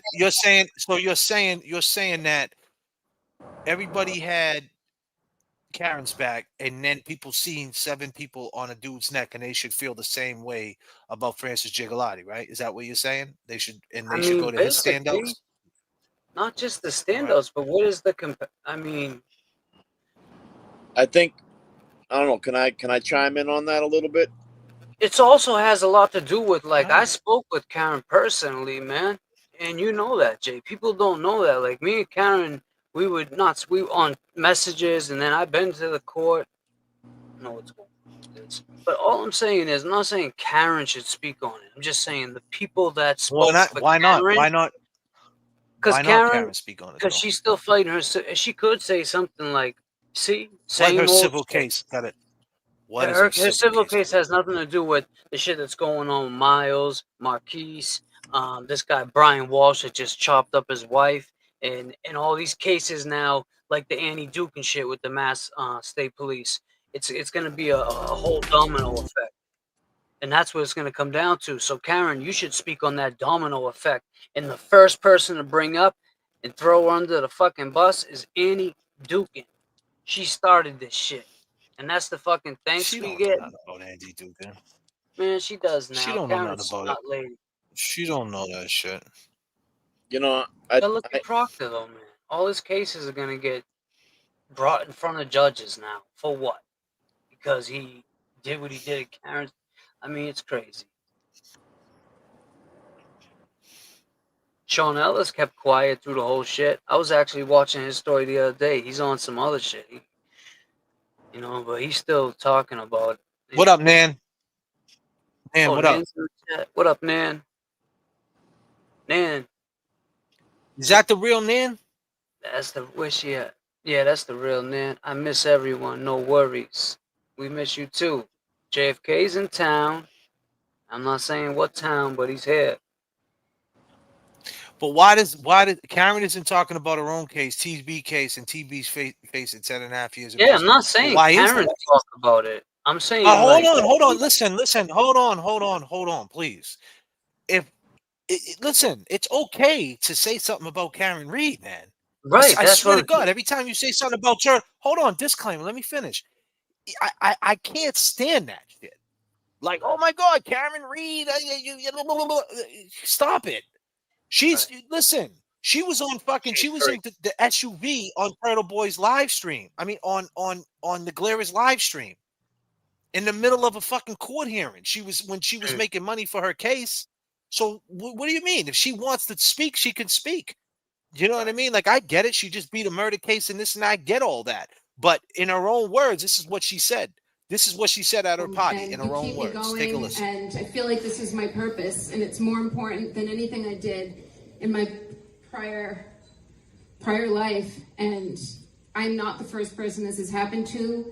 It happens to people in this state, in these counties in this state, every day. They're not fortunate enough to even post bail in many cases, or to have the legal help, or the media help that I have, or the family possibly that I have. So although I've been very unlucky, I feel like the most fortunate person in the world, and that is in no small part to the people, due to the people in this room. And I thank you, and I love you for it. And I will be as strong for as long as it takes. We're seeing this through to the absolute end. And and you keep me going, and I feel like this is my purpose, and it's more important than anything I did in my prior life. And I'm not the first person this has happened to. It happens to people in this state, in these counties in this state, every day, and they are not fortunate enough to even post bail in many cases, or to have the legal. Okay, and exactly. So, and you just seen Francis Gigliotti with 7 cops on his neck. So, you know, I mean, hey, you've seen it. You know, she could speak on it. And listen, listen. I'm not saying that she has to. I'm not saying like she has to. She don't owe anybody anything. Be clear, disclaimer. I'm not saying that. But, you know, she's saying that this is her purpose. This is what she's about. Sean Ellis, you know, it's like when you go through something like that, now you're in that university. I call this the long game in university. Whether Karen likes it or not, her life is never going back to the banker. She's one that went head to head with the Commonwealth, and she beat him. She's gonna She be beat known the as that Commonwealth. the rest of her life. And That's what a it great is. So I mean, like, so at the end of the day, you know, it would be nice, but that doesn't mean she has to. But it would be nice. That's all I'm saying. Of course, it would be nice. But guess what? She might never speak again, people. That's just the fucking reality of it. The reality of Karenread might never ever circle back and ever speak to any of us again. She might just go somewhere else and hide. And you know what? Then what? Is everybody going to be upset at her? Do we feel that she needs to speak to us? That's what I'm saying. Life goes on. I ain't mad at her if she never speaks to me ever again. She never says anything again. Well, that's what my point was. Hold on. Let me finish. That's the reason why J.F.K. Hold on. Let me finish. That's the reason why J.F.K. got involved in this. I didn't get involved in this because of Karenread. I got involved in this because this shit happens to everybody every fucking day. You're seeing a cop in postpartum being held without bail that's about to get released from Mass General, go to Framingham State Prison with three whammies on her neck. One, her mental ain't right. The biggest whammy she got, she's going to Framingham as a cop. With a hole in her. Fucking cop. And then her third one is she got a hole in her chest, and she's being held without bail. She never been arrested. She never been in trouble. There's a bail hearing. Is she a flight risk? Where's she going? She gonna run away from her daughter? Where's she going? And she's a danger to society. She's gonna go fucking postal. They're holding her without bail. But wait a minute. Newsflash. The guy over there in Norfolk County, Miles King, aka Mizzy Cash, is out on a $10,000 bail for murder 1. So get it right, people. And by the way, to top all that shit off, they're letting people go left and right on personal recognizances because guess what? Because all the public pretenders are on strike, public defenders. So, I mean, the Commonwealth of Massachusetts is fucked. Period. And by the way, the family probate is fucked too. I just want to add that. It's fucked, of course. They don't got their shit together. And believe me when I tell you, years and years and years of the Commonwealth needs to get this shit straight. So I mean, but that's what I'm saying. Like, so if you're involved in this for Karenread, just the case of Karenread, I get all that. The case was very interesting, very compelling. You know, it brought you to it. But if you're in it for justice and you see what's going on in Massachusetts and other places too, then you know the tentacles are fire. Look at Scapiccio. Scapicio's getting praise for what a great lawyer she is. But keep in mind, in 2018, she got a rapist off named Gary Zarola. Gary Zarola's good friends with guess who? Our boy. Beetlejuice. Hank Brennan. Krosky. Yeah, the whole Six team. rapes, Gary Zarola. He got charged with one of them. He had 6. She got him off. So this is what she does. She gets people off, and So that's he's the in like. there So now, though, right? She represented him on last case. nah, he got found guilty Oh, by Krowski. Krowski was on it. Oh But the shit! one before that, the one Wow. right before the Krowskis, I wonder she what got made him found get not rid of guilty. her. So Yeah. he didn't get rid of her. He probably just, he got Krowski for that case in that county Yeah. because of probably political, who Krowski knew or whatever, how it moved. His father, the whole time with Karen, he sat there with his legs crossed. Gloria will tell you he didn't say a word. He just sat there and he watched everything. And I'm sure after the case, he went home and told Brennan, listen, you do this tomorrow, you do this, you do this. It was his mentor, Krowski Sr. So all my point was I don't want people to think like, oh, I reached out. No, I think they saw the waterfall and with the Higgins thing, and everybody was talking about it. And today I saw it was actually Mikey Crawford put up a post of how Grant Ellis said he wanted Dave Yannetti on his show, and Dave Yannetti answered him back, and he said, "Grant, I think you're a good guy. I think you'd have good questions." He goes, "But this is a farewell tour, and you don't deserve a farewell or something." He hit him with that. I was like, God damn, bro, Yannetti got him. But guess what, Yannetti? I had lunch with you at your office twice, and you loved that video that me and J.F.K. did. So if you're talking about a farewell tour, I mean, God damn, he should be up here for sure. And that's a invitation to Fuckery Donuts. What type of donuts do you like? But it's back to people, places, and things. We can't control that. No. You know what I mean? If he wants to do it, he'll do it. You know what I mean? You can't control that. I don't even care about that. Like, he's a lawyer at the end of the day. He's going on other cases. He don't give a fuck. That's what I'm saying. Like, I don't take these lawyers. I don't look at these lawyers. I think that the way this got set up in this movement, we look at these lawyers as superstars. They're just fucking lawyers at the end of the day. Right. That's it. I hate to say it. That's, and I'm not saying I'm any better than them. I mean, I give them all the credit. They're great at what they do. And obviously, I would want them to defend me. I think Alan Yannetti Jackson's is on a different level, man. He's a different. But what I'm saying is, they're still lawyers, though. They're still lawyers. They don't give a fuck. You think they give a fuck about it? They don't give a fuck. They care about money. That's it. Ask Yannetti how much he wants an hour. Ask Bettero, how much do you want an hour, Bettero? So what are we talking about? Like that's what they do, man. Like, it's not a secret, is it?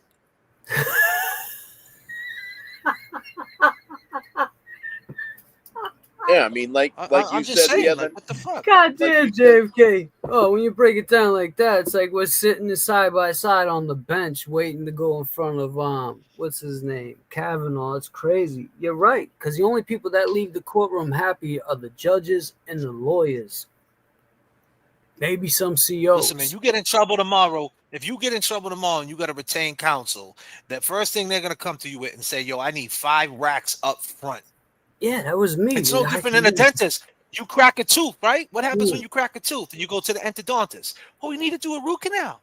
It's going to cost you $1,500. Yeah, here you go. You need $1,500. Give us your card. $1,500 for the root canal, and then for the post and crown, we want another $2,500. That's just the way it goes, man. Like what? We're gonna hold these people like what I'm saying is, I'm not saying they're not good people. I'm not saying they're not great at what they do. But as far as where they are, as far as justice goes, that's their business. And whether it got found guilty or not guilty, their life goes on. Alan Jackson now, Kevin Spacey, Karenread. Look at his business card. You always talk about people's business cards. His bio. It's crazy. His bio. His bio is great. And it's just it seems like it's gonna continue to get greater. And I wish my uncle nothing but the best, Now let's be clear though. I want to be clear. This is a unicorn case, just like Homeboy said, Yannetti. He said that this is a case that usually when you're a defense attorney, you don't really find someone who's legit not guilty. You know what I mean? So Karenread is not guilty, and we've seen their side of fighting for not guilt. But guess what? Yannetti's, guess who he's got? He's got a state trooper, right? And it blows. It must suck. Hold on a minute. Ah, it must suck. How y'all feel out there? Oh, yeah.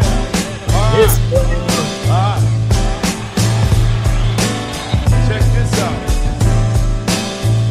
Is the place to be, as it is plain to see. He is DJ and I am 3, 2, 1. What?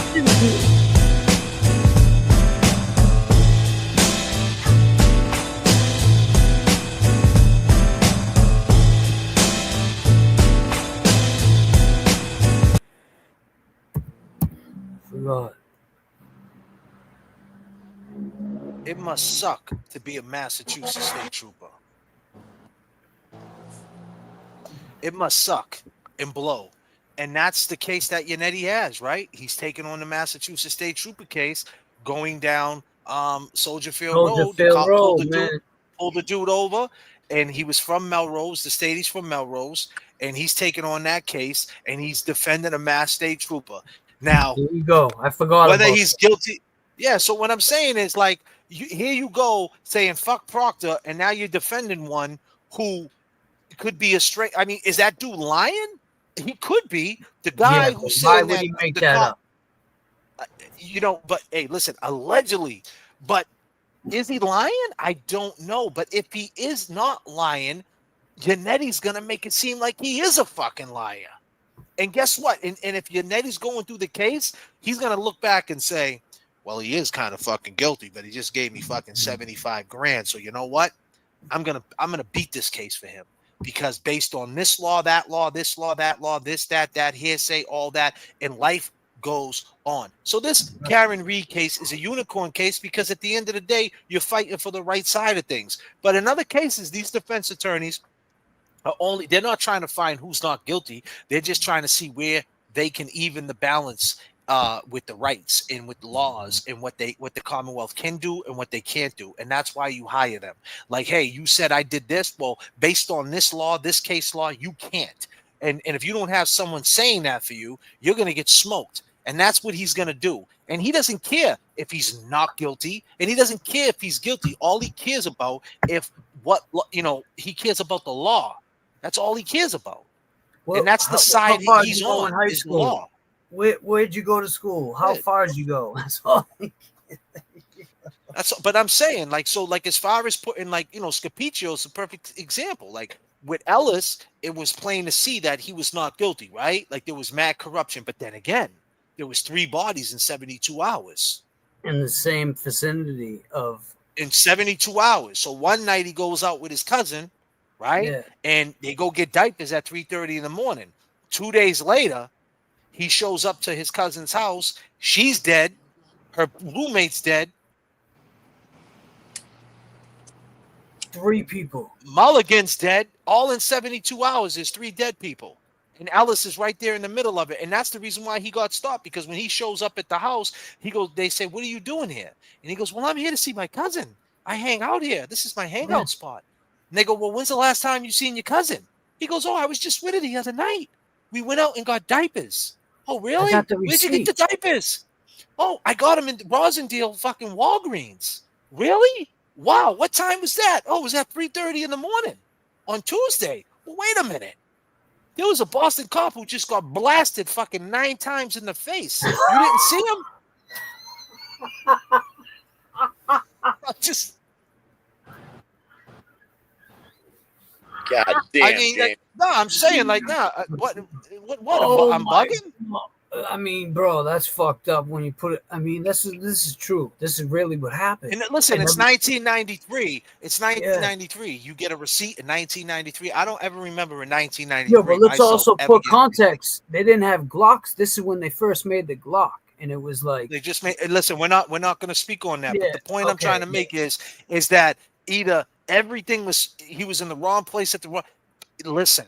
He did his time regardless. Whether you think he's guilty or not guilty, he did his time regardless. He did like 22 years. He did it when he was a juvenile. They passed a law that you can't give someone up to the age of 20 life. So he was 19 when he did it. Allegedly did it. Excuse me. So allegedly. So he did his time. He did his time. He did his time. And on top of that, it doesn't matter about whether you think he did it or not, because it's one of them things about Karenread. There was 2 corrupt cops, period. And guess what? You can't believe the corrupt cops. Once the cops go corrupt, you got to let people go. And that's just the way it goes. Whether the same thing with Karen, I said it the whole time. Whether you think she did it, she had something to do with it, it doesn't make a difference. Proctor's a piece of shit, corrupt motherfucker. Period. And Jay, just to touch on that real quick, whether you gotta let her go. About Sean, the DEA agent, Sean on the Gulf, he knew from the beginning she would never be found guilty because of the corrupt cops. He knew that from being a cop. Once you're corrupt, they can't find you guilty on this shit. But they can spend that money. But that's what I'm saying. Like, as far as getting in your money trail, I want to be clear what this channel's all about. This channel is based on the law version of it. Like, we're not lawyers, but we look at it from like a perspective of, you know, being in the basement of the courthouse and what they can prove and what they can't prove. It ain't a crime if you don't get caught. We talk about polos in the bag. Well, you guys might say you're shoplifting. Is it shoplifting if you don't get caught? I got a polo on right now. I didn't get caught with. Listen, I got brand new polos, man. You call it shoplifting. I call it fucking. They were looking at me. I got this Gucci scarf. I don't even know how to wear it. Yeah, what do you mean, man? We're putting polos in the bag. You can call it what you want to call it. Call it whatever you want. Know what I mean? But that's basically what it is, right? Like, and that's what it comes down to. So, like I said, it doesn't matter. Obviously, we think Karenread is not guilty. But even if I thought Karenread was guilty, I would be screaming that they have to let her go. Because based on the law, it was reasonable doubt and conflict of interest. Right. Period. He knew the people. You can't do that. Period. You know, and now it's with Missy Cash. Hold on, let's talk about Missy Cash. Let's talk about Missy Cash. Missy Cash is home. I don't agree with it. Missy Cash is home on a $10,000 bill. Go ahead, James. I'm sorry. No, I don't agree with that. Missy Cash being home, but I was gonna say shit about the Karenread. Just basically, I forget whatever you ended it on. I was gonna just throw something in, but yeah, Missy Cash is home now. And it's like, this is what happens in mass. If an officer, he's not credible. He's not a credible witness anymore. So now every time Scapiccio puts his ass on the stand, no one's going to believe him because they're always going to remember Proctor as the cop that was looking for nudes and called her whatever he called her. I'm not going to say it. You guys know. It's just, that's what he's going to be known as. No one else is going to take him serious. If they do, look at him. He's still fighting for his job. But didn't some shit happen today where he was trying to get his job back? I saw something in the news pop up. So let me ask you this: would a corrupt cop be fighting for his? Would a guilty cop, if he really put them tail light pieces there, right? Would he really be fighting for his job? Do you think that he's that crazy? I don't think the tail light pieces there. Go ahead. No, I'm saying, I'm asking you a question. Yeah, I'm saying he put the tail light pieces there, right? So he didn't do it. So who put him there? I think it was Higgins and Albert. I think Proctor just turned the other way and let them do it until they were done, and then came there and then said, all right, this is what happened. She hit him.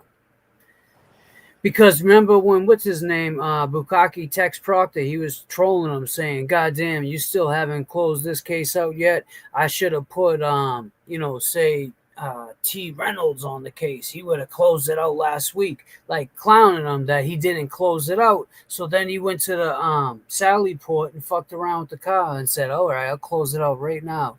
But I don't think he had. I just think he looked the other way. And now he regrets it because Brian Albert don't give a shit about you, Proctor. Higgins is hiding out in the Cape. God only knows doing what. Chasing fucking Turtleboy down with his phone. I mean, you guys fucked up. You had good jobs. I mean, and here's the thing: we got 508 people in here. Be clear about the Higgins Turtleboy situation, Kevin from South Boston. if you don't know who we are and you're still confused exactly who you are, or what you're watching, we're the guys that took this phone call right Hey, man, here. what's up, guys? Hey, man, what's up, guys? Kevin from South Boston. What's up, Kevin from Southie? What's happening? Listen, I appreciate the things that you two do, you and James, right? But let me ask you something. Those two dudes that you're accusing, right? They're decorated dudes. What happens? Like, can you look at this from both sides? And this comes out that she actually did it. Are you ready to, like, you know, put it out there that you were wrong? You sound like Higgins, bro. You wrong. Is this Higgins? Is this Higgins? You wrong. You're Higgins. Why are we wrong? Why are we wrong? Fucking Higgins. Higgins called the phone. He hung up. That was Higgins, bro. Eastern. P.S. The J.F.K. show was fire. Yeah, I love the J.F.K. show. Shout out to J.F.K. and James Jackson. Love them. Great stuff there.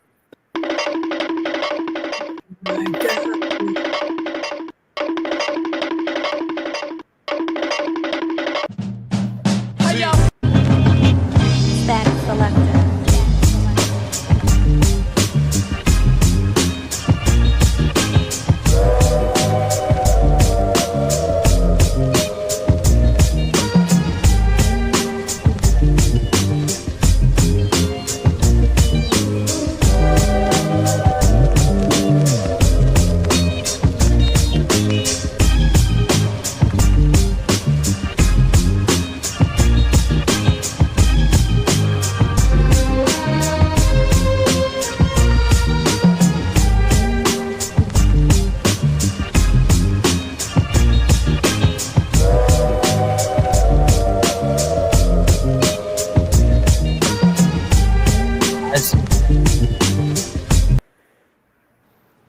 All right, so let's talk about the Massachusetts State Police, right? So here's the situation, right?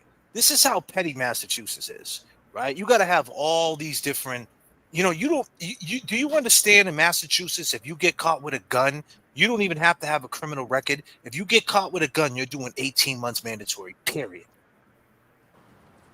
So all you people out there. T.I.'s son get caught with a gun in Atlanta near you, and he had an AR-15. And they let him. They were like, "Oh, AR-15."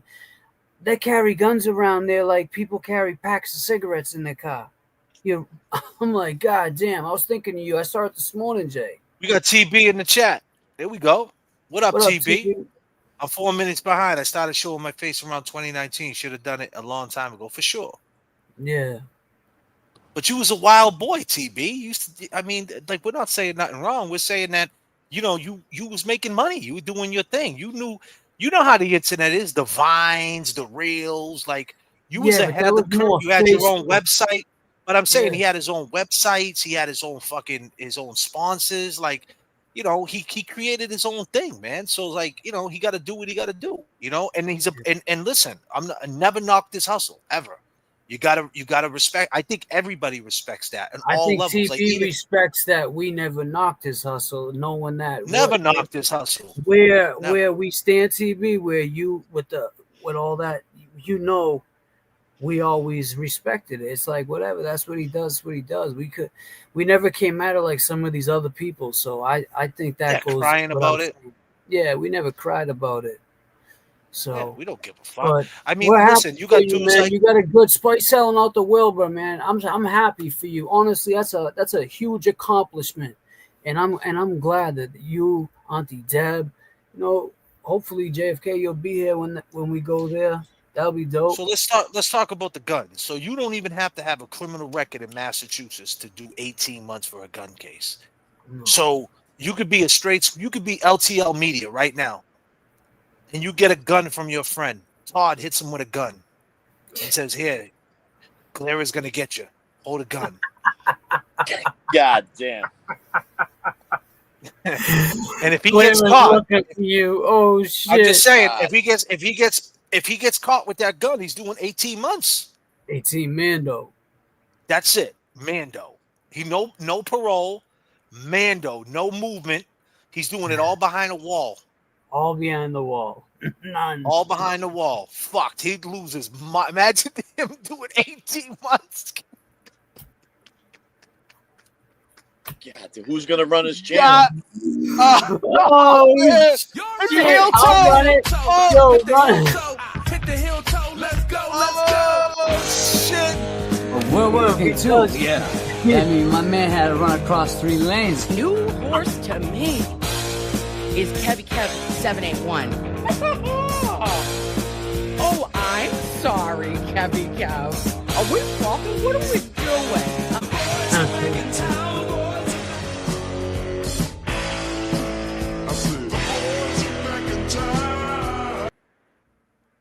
Hit him with that plug walk one time. Plug walk. I don't even understand how the fuck my plug talk. Pick him up in a space coupe. I don't let my plug walk. Skirt, pull up in a space. New freak had to cut my other little bitch off. 50K, you could come and book a cracker for a plug walk. Big ol' Bentley, it's a spaceship. Call me on my phone, I don't say shit. I make money when I talk. I'm a boss, take a lot. Skirt, skirt, skirt. Plug walk. I don't even understand how the fuck my plug talk. Pick him up in a space coupe. I don't let my plug walk. Skirt, pull up in a space. New freak had to cut my other little bitch off. 50K, you could come and book a cracker for a plug walk. Big ol' Bentley, it's a spaceship. Call me on my phone, I don't say shit. I make money when I talk. The boys are back in town. But so you do 18 months. Now, this guy right here, he's a state trooper, pulls over this city worker. He's got a gun. You know, there's a saying in the city, right, James? I'd rather get caught with it than without it. You don't know where this kid's from. Honestly, down south, you could walk right into a gun store and say, let me get that gun, this gun, that gun. People walk around Walmart with 2 guns on their hips. He had in his pocket, one of them. The AR-15 was in laundry. And here we are in Massachusetts. We got state troopers jumping through the window for a gun like he's a fucking terrorist. So let's run that video. Karen, I'm pulling this video up for you. She just hit me with a Venmo and said that I see this video. Karen, thank you. I'm going to play that for the people real quick. So let's just look into this. Look at this cop. He's ready to jump in. Look at him. He jumps in. Yeah, I'm saying he was ready. Wow, that is breaking news. It is video you're going to only see on 5 as this traffic stop turns violent. The state trooper ending up look at this dude. Right through that window, as you see. 5 investigates broke the story at 5 p.m. Oh, that's revealing that a Boston City worker is now behind bars after that wild encounter. Let's get to our Brittany Johnson. She's been digging into how all of this unfolded. Brittany? Well, Ed and Maria, this is just the latest case of a city employee landing in trouble with the law in recent months. And in this case, that worker is being held on 5 felonies after a confrontation with both the suspect and the trooper being tased. What's up, man? How you doing?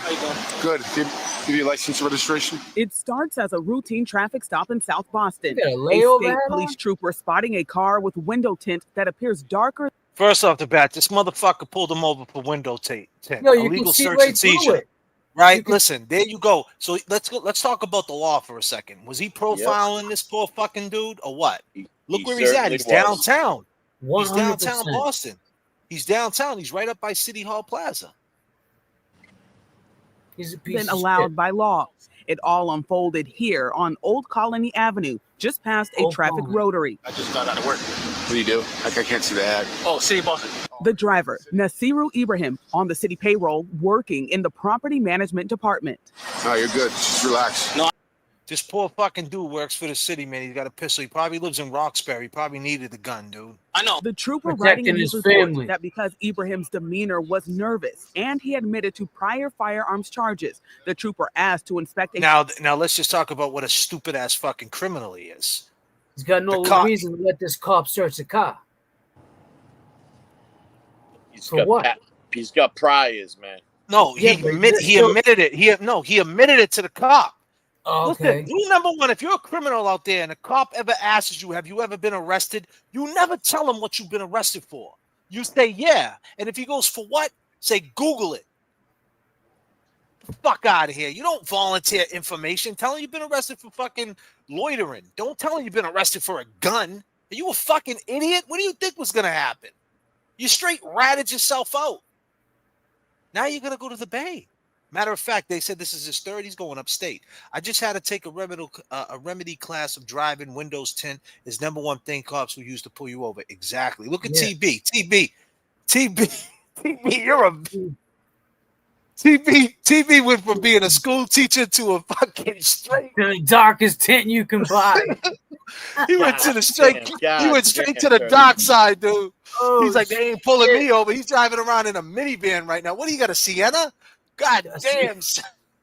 God damn, doctor. TB's on the low. Backpack on the passenger side floorboard. A few seconds later. Hold on. Why? Yo. Look at this shit. Yo. I wouldn't put it. Stop, dude. Stop. You're going to make it worse. As the chaos unfolds, you can see them struggling over the car's transmission as Ibrahim tries to put the car in drive and the trooper struggles to keep it in park. You're going to kill somebody, dude. Okay. You're going to kill somebody. The struggle continues.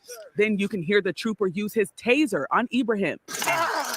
Not shown on the video, but in the police report, the trooper says he had to drop his taser to put the car back in park, saying, quote, Ibrahim picked up my taser and deployed the second set of probes into the lower right side of my abdomen, causing excruciating pain. Ibrahim eventually agreed to surrender and with the help of an off-duty Boston police officer was placed under arrest.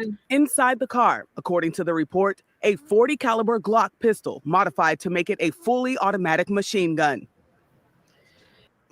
He had the switch on it. He's done. He's going to the feds, bro. He's going to the feds, but he never pulled it out. He's going to the feds. So why did he jump in? Dude. He got caught. No, he got caught with it after. I'm saying, why did he jump in? Listen, you know why that car pulled him over, man. He had priors. I'm saying, why he jumped in? James, just ask him, why would he jump in? You're on fire tonight. I'm just going to let you run it. Go ahead, bro. I'm just asking. Why did he jump in?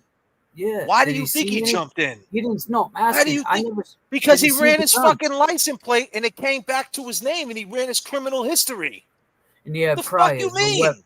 All right. Yeah, what do you mean? So he runs his criminal history and he ran his criminal history running his fucking plate and the dude had tinted windows, right?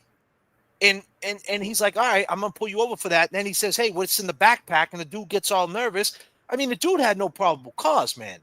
The cop had no probable cause to say what's in the backpack and all that. The dude just freaked out and tried to run so he can get rid of the fucking backpack. He would have took the running from the ticket case. He didn't want to get caught with that pistol with the Uzi with the switch on it with the 30 shots. I mean, you can't blame the dude for trying to get out. And if that Boston cop wasn't there, that would have been a dead man. Yeah, I think the Stady would have shot him because the Stady lied.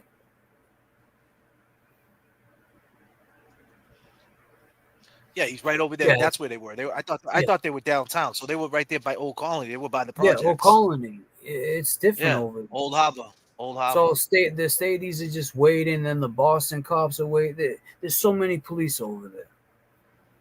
Yeah, and there's a police station, like you said, right there. Protecting his family, man. I mean, he grew up in it. He's probably goes home from work all day, goes to a neighborhood where when he pulls in, he's got to look over his shoulder. He might have, you don't know. It's sad, to be honest with you. I get it.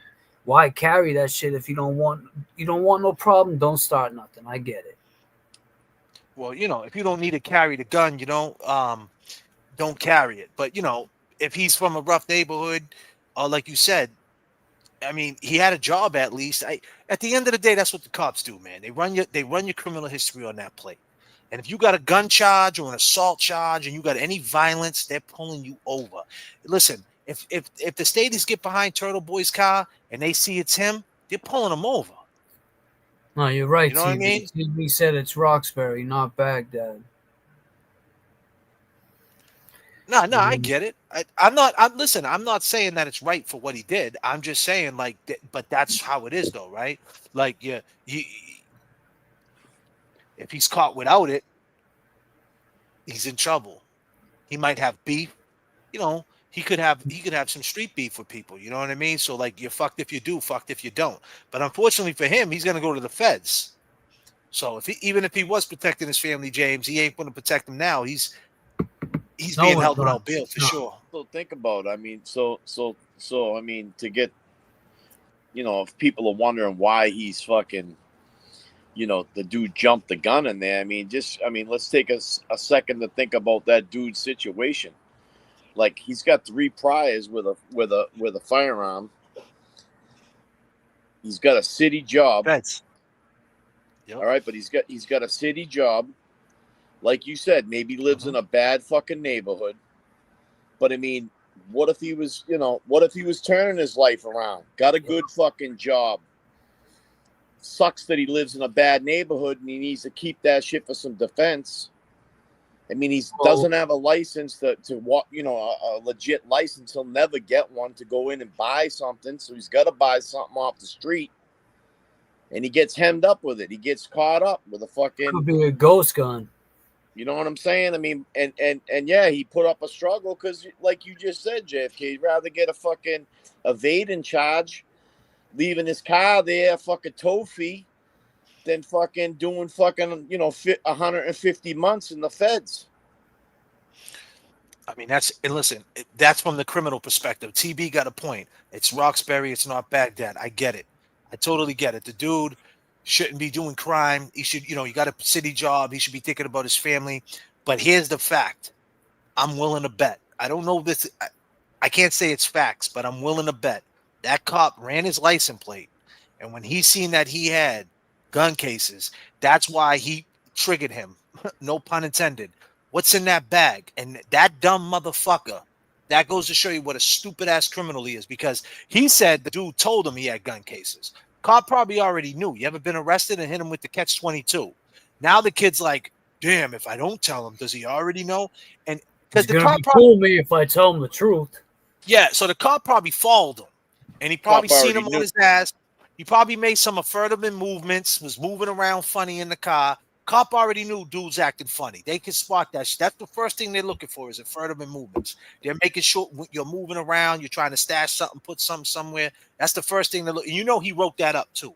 As I was driving in back of him, I seen driver move something and I noticed in the front seat there was a backpack, and that's what he was moving towards. He's gonna write that shit up poetic. He's gonna write that shit like a Jadakiss verse. Like Gigliotti. He's gonna write that like Gigliotti. Yeah. And real quick, just to touch on that, you know, John O'Keefe was looking in the waterfall like he knew everything that was going on. The cops, that's what they do, man. They're like scared, like RoboCop, scanning shit.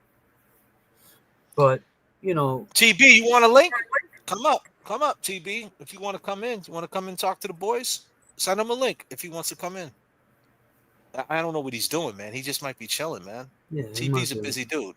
It's late too. It's 11 o'clock. TB's probably he's probably kicking back. Yeah, so I caught him, and they had a good show last night. Nurse Kim, the Glera had Nurse Kim, Auntie Deb, and then TB. Oh, he's coming on. He's coming on. He said, send him a link, James, in Twitter. Send it to him on Twitter. It's the same one, the WSR link. The last thing says WSR. All right, word up, TB. Thank you. All right, cool. So here we go. TB, James Jackson, KEVY 781. Well, I think it's only right to get it going then. How many of y'all put your ones up in the chat if you want to see KEV break it down one time? We need to see the ones. Who wants to see KEV get busy? Yo, tell him TB, I sent it to you on Facebook Messenger. The Facebook Messenger. Hey man, what's up, guys? Kevin from South Ball. This one is for the boys in the polo. One is for the boys in the polos. No, you'll stay. No. KEV, we got ones in the chat. Turbulence in the chat. We got TB coming up. KEV, take him up to 39,000 feet. KEV, take him up there, brother. Let's see the soft clap. Everybody do the soft clap. Nah, you do it soft, bro. You go like this. Yeah, do that soft clap. Let's go.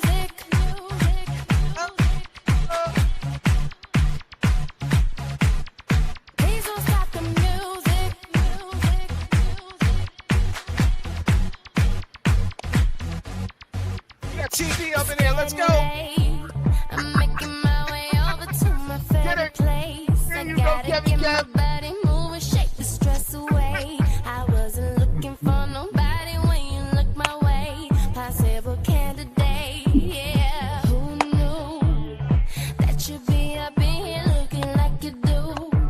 You make us staying over here impossible. Come on, Kevy Kev, get it, brother. Let's go. Come on, Kevy Kev. TV loves it. Check it out, Kevy Kev. Check it out. Let me see the hands. Take them up. We're going above 39,000, Kevin Kev.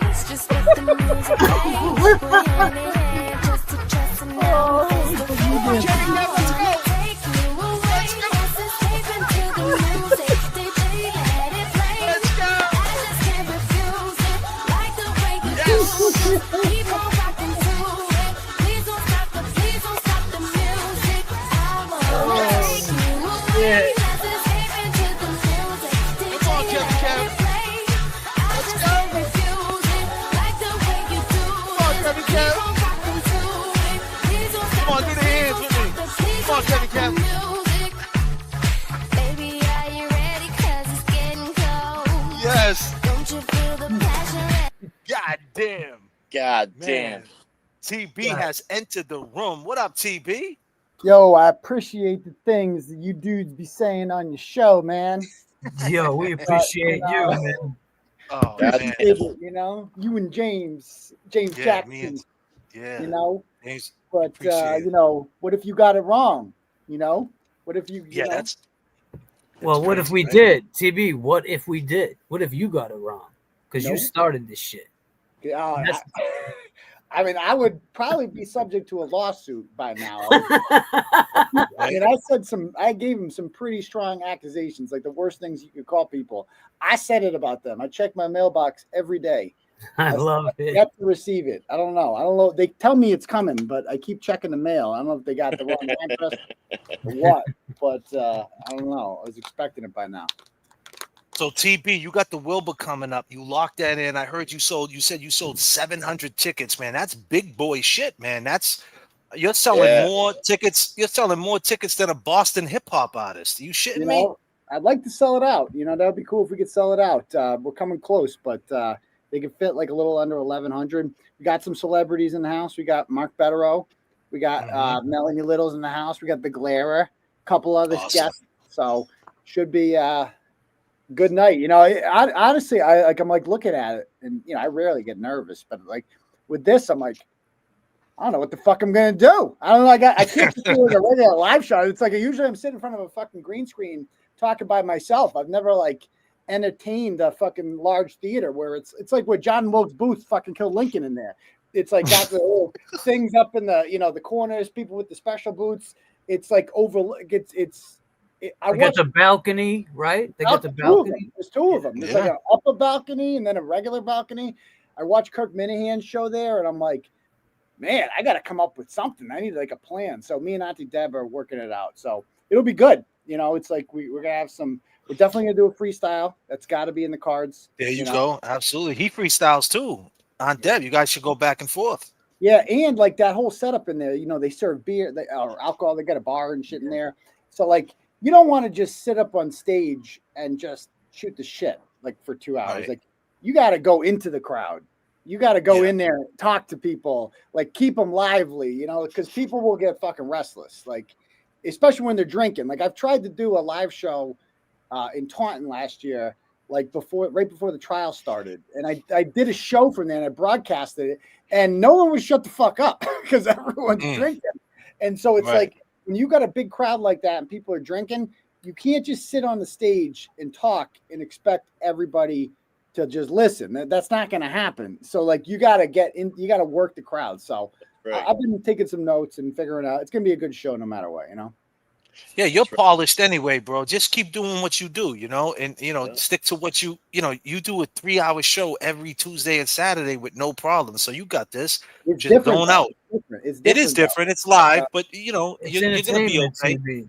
Yeah. But still, they're all conditioned to see you like that. So believe it or not, Yeah. they're gonna sit back and pay attention to what you're saying for sure. As long as them questions are flowing and the backstories are kicking in. Are you gonna go back and tell them about how it all started, how TV started? Is that like Yeah, something I you're mean, thinking you know about what I doing? was thinking about doing? I was thinking of, we got a whole format set up. Jimmy's going to do kind of introduction there. I'm going to come out. I haven't decided how I'm going to come out yet. It's got to be with some sort of style and flair. Got to be good. Yeah.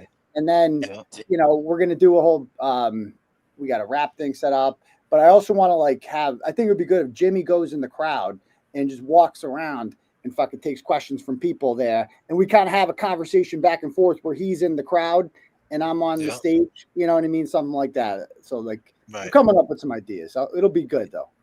Yeah. I mean, bro, your name's in the lights of the Wilbur downtown Boston. That's, give it up for TB. Yeah. That's crazy, bro. That's That's big shit right there. So many people are seeing that on so many other different levels too. Like if you're Donnie Wahlberg, he's in Boston a lot lately. Like someone like him, let's just say, he drives by, he sees Turtleboys in the Wilbur. Like, what the fuck? What's Turtleboy doing in the Wilbur?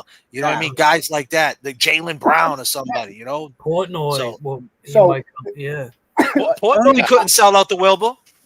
No. Like Ernie Bach called me about a week after. I'd never talked to him before in my life. Somebody got my number. He's got the helicopter. He called me like a week after the verdict and was like, I want you and Karenread to come to the Wang because he owns the Wang Theater. I think it's the Box Center now. And he's like, I want you guys to do a fucking show there. He's like, multiple shows. And I'm like, well, you got me. I don't know if you can get Karen though. Like that's the other thing. It's like so. But once she gives her first interview, whatever, she'll fucking do whatever after that. You know what I mean? So we're just kind of waiting on that and hopefully this Wilbur thing goes well, and she sees that oh yeah, fucking, that's what he could do on his own. Imagine us I told her this the other day because we're in negotiations right now for the documentary that I'm doing. We're trying to sign Karen too. And her lawyer is handling it. So we're going back and forth in negotiations on that. And I told her, I'm like, look Tom Brady is fine on his own. You give him fucking Randy Moss, 16. You know what I mean? Right. And that's what it's like with me and her. It's like, I can carry my own show. I can win. I can do what I need to do. But you give me Karenread, we're going 16-0. We're fucking going. It's going to be an unstoppable fucking force of nature. It's going to be a shutout. It's in both our fucking best interest, I think, to work together. I mean, that's what I told her, straight up. No, that's a fact, and it's proven. You know what I mean? Through the whole trial, you guys were together. You know what I mean? And it was such a great thing. Look at the community that you built. So I mean, it's proven. Go ahead, James. What were you asking? He asked what she thinks, right? I think that she's not in a good headspace, to be perfectly honest with you. She's not watching any of this shit. She's not seeing. I asked her about BLT and SD. She's not seeing any of this shit. I feel like she's not the same. She misses almost she's been doing the fucking trial shit every day for 3.5 years, right? And then it just fucking ended. And that's all you know how to do. For every fucking hour of every day of your life for 3.5 years. And then it just fucking ends and you almost don't know what to do with your life. And I don't think she prepared for this part mentally, the part that comes after the trial. Because you don't think about it. You're like, oh, I'm gonna be nobody would be. There we go. You know what? She needs to jump on it as soon as I don't know. Maybe she doesn't. I think right now would be the time to hop on it. Totally. But do you think that Karen is she thinking about she? Do you think? Sorry, James. Do you think she might pop out at the Wilbur? I'm not saying that at all. She's told me before. She's like that she wants to come to my court hearings for one, right? But it's just she's so fucking famous now that Karenread, that would be fucking all cameras on, all media on her. Right. She has not made any fucking public appearances. Basically, they got her fucking taking out the trash at our hotel. Yeah, that's what they come. She has been hidden. Nobody's seen her. So the first time, a great point. Public like that, it's going to be everyone's going to be the media's going to be all over it. Yeah, it's all eyes on her, man. They swarm her. Right. I don't think she wants that. She don't need that because she'll go there to support you, and then they'll be asking her questions about her civil case or what she's been doing or where she's been. So I get you. It's just it's a catch-22. She wants to be there for you, but I'm sure she doesn't want to be attacked by people like fucking Gran Ellis or whatever. But that's the whole thing. It's like what did the antis always say about her? Oh, she just is a fucking attention whore, loves the cameras, this and that. The second the fucking trial ends, she disappears. So I guess she's not. You know what I mean? Like there goes that narrative. Right. Yeah. I mean, and it's true though, because it's like it's like, you know, I was on tours before, and it's like when I used to go back to my house after a tour, I did like a 5-city tour, and then I go to my house and I'll sneak in the house like at 2 a.m. coming in from a long road trip, and I walk in the house and it was just silent. And I'm just loud. Like I was just came off a 7-day tour, like from Providence, Connecticut, Brooklyn, and everything's just loud. And then I just come in the house, it's quiet. That silence sometimes is real loud. So you know, she, like you said, she had that that going for her. And now it's, you know, she has to figure it out. She has to navigate. But I've kind of felt that way. Like ever since the trial ended, man. Like I don't even know what to do with myself. Like I wrote a story today about some New Bedford fucking mom driving whatever. It's like, and it felt good to do, but I used to crank shit like that out all the time. Yeah. I'm just like, what do I do? Like it's like getting used to a new normal. You're like, I kind of miss it. I miss it a lot actually. But hey, well, good for you for getting up and writing it. You know, at least you got up and wrote something, man. You put your mind to it. That's what it's about, TB. It's like each day. Like in this whole, I'm learning as I go with this YouTube. You got to figure stuff out, like what you want to do and find your lane. You got to stick with it. And it's very tough to find your lane. I think you found it, and then that's a good thing, man. I'm happy for you. And remember what brought you to the dance too. You know what I mean? That brought you to the dance. So never give up. Like, you know, when we were saying that earlier about how, you know, you zoned in on the fuckery and, you know, you wrote about things and had an opinion and stirred shit up. You know, like that's what brought you to the dance. So never change that. You know what I mean? Always stay there. You know, and I know like right now you see, that's the thing. Like I know, just knowing, watching you and just meeting you, I know like, you know, you could be a Dave Portnoy. You know what I mean? You could run your own media. Like Turtleboy Live could be as big as Barstool. Like I believe that. Like you could probably. New York Post called me. They said I was like if Dave Portnoy met true crime.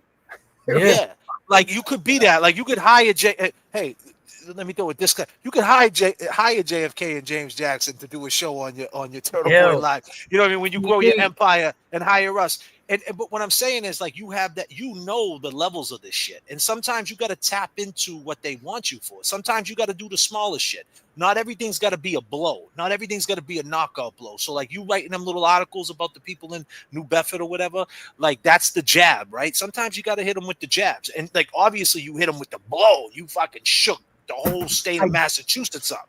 You know what I mean? But sometimes you still got to come in with the jabs and still be you know? Because look at Portnoy. Portnoy's still doing pizza reviews. He doesn't have to do that. Oh, but that he likes doing it, but he don't write blogs anymore. I mean, Portnoy got where he is. He's a fucking blogger. Like he was a fucking guy on the internet writing fucking 2-paragraph stories about hot bitches and sports and just being barstool talk. Like that's the whole point of it, right? And then that's how he built his empire, was on his writing. He's a fucking funny writer. And then video came along and he grew and he can hire other writers. Like he doesn't write fucking blogs anymore. He does the pizza reviews. And that's I've kind of reached this weird stage now where it's like, yeah, I don't have to blog as much anymore. Like I did that because I was hustling back then. Like I was like, you need to keep, you know, revenue coming. Like you need to put content out. This is how you make money. You get page views on it. Like that's what it's all about. Page views. And now it's like, I'm a YouTube. I'm more of like, you know, a fucking thing now. I go out in public. I fucking, like you said, didn't even go on camera right until 2019. It's like because I just didn't. I don't know. Like I wish I did it before, but it was just like I was anonymous, and I'm like, let me just say this though. Let me speak to that. That mystique was good though. You know how many people in the hood was like, "Who's Turtleboy?" Yo, Turtleboy. A poor Filipino guy caught it bad because I thought he was you. James Jackson went after a Filipino. God damn, James Jackson. God damn, man, this dude, man. But you know, but it was like that because you know, there's people around. Like you wrote stories on, like you wrote a story on the cat Billy Bags. He's from Revere, right? No, I didn't write those. You know who wrote those? Krusty. Krusty. He had the thing with Billy Bags, not me. She had the thing with Krusty, him. Krusty and Billy Bags. Oh my So I'd God. run into Billy Bags, and I ran into him probably like, well, actually, That's he followed me on hilarious. Facebook, and he's like, I shut down Turtleboy, right? Like and I'm like, really? I'm like, really, Turtleboy? I'm like, Turtleboy is fucking. I was like, have you ever seen his lives? He got 10,000 people watching him at a time. I don't think you shut him down, Billy. But Billy got mental health problems. But He's the like point is, he's the North Shore of Billy Tibbetts.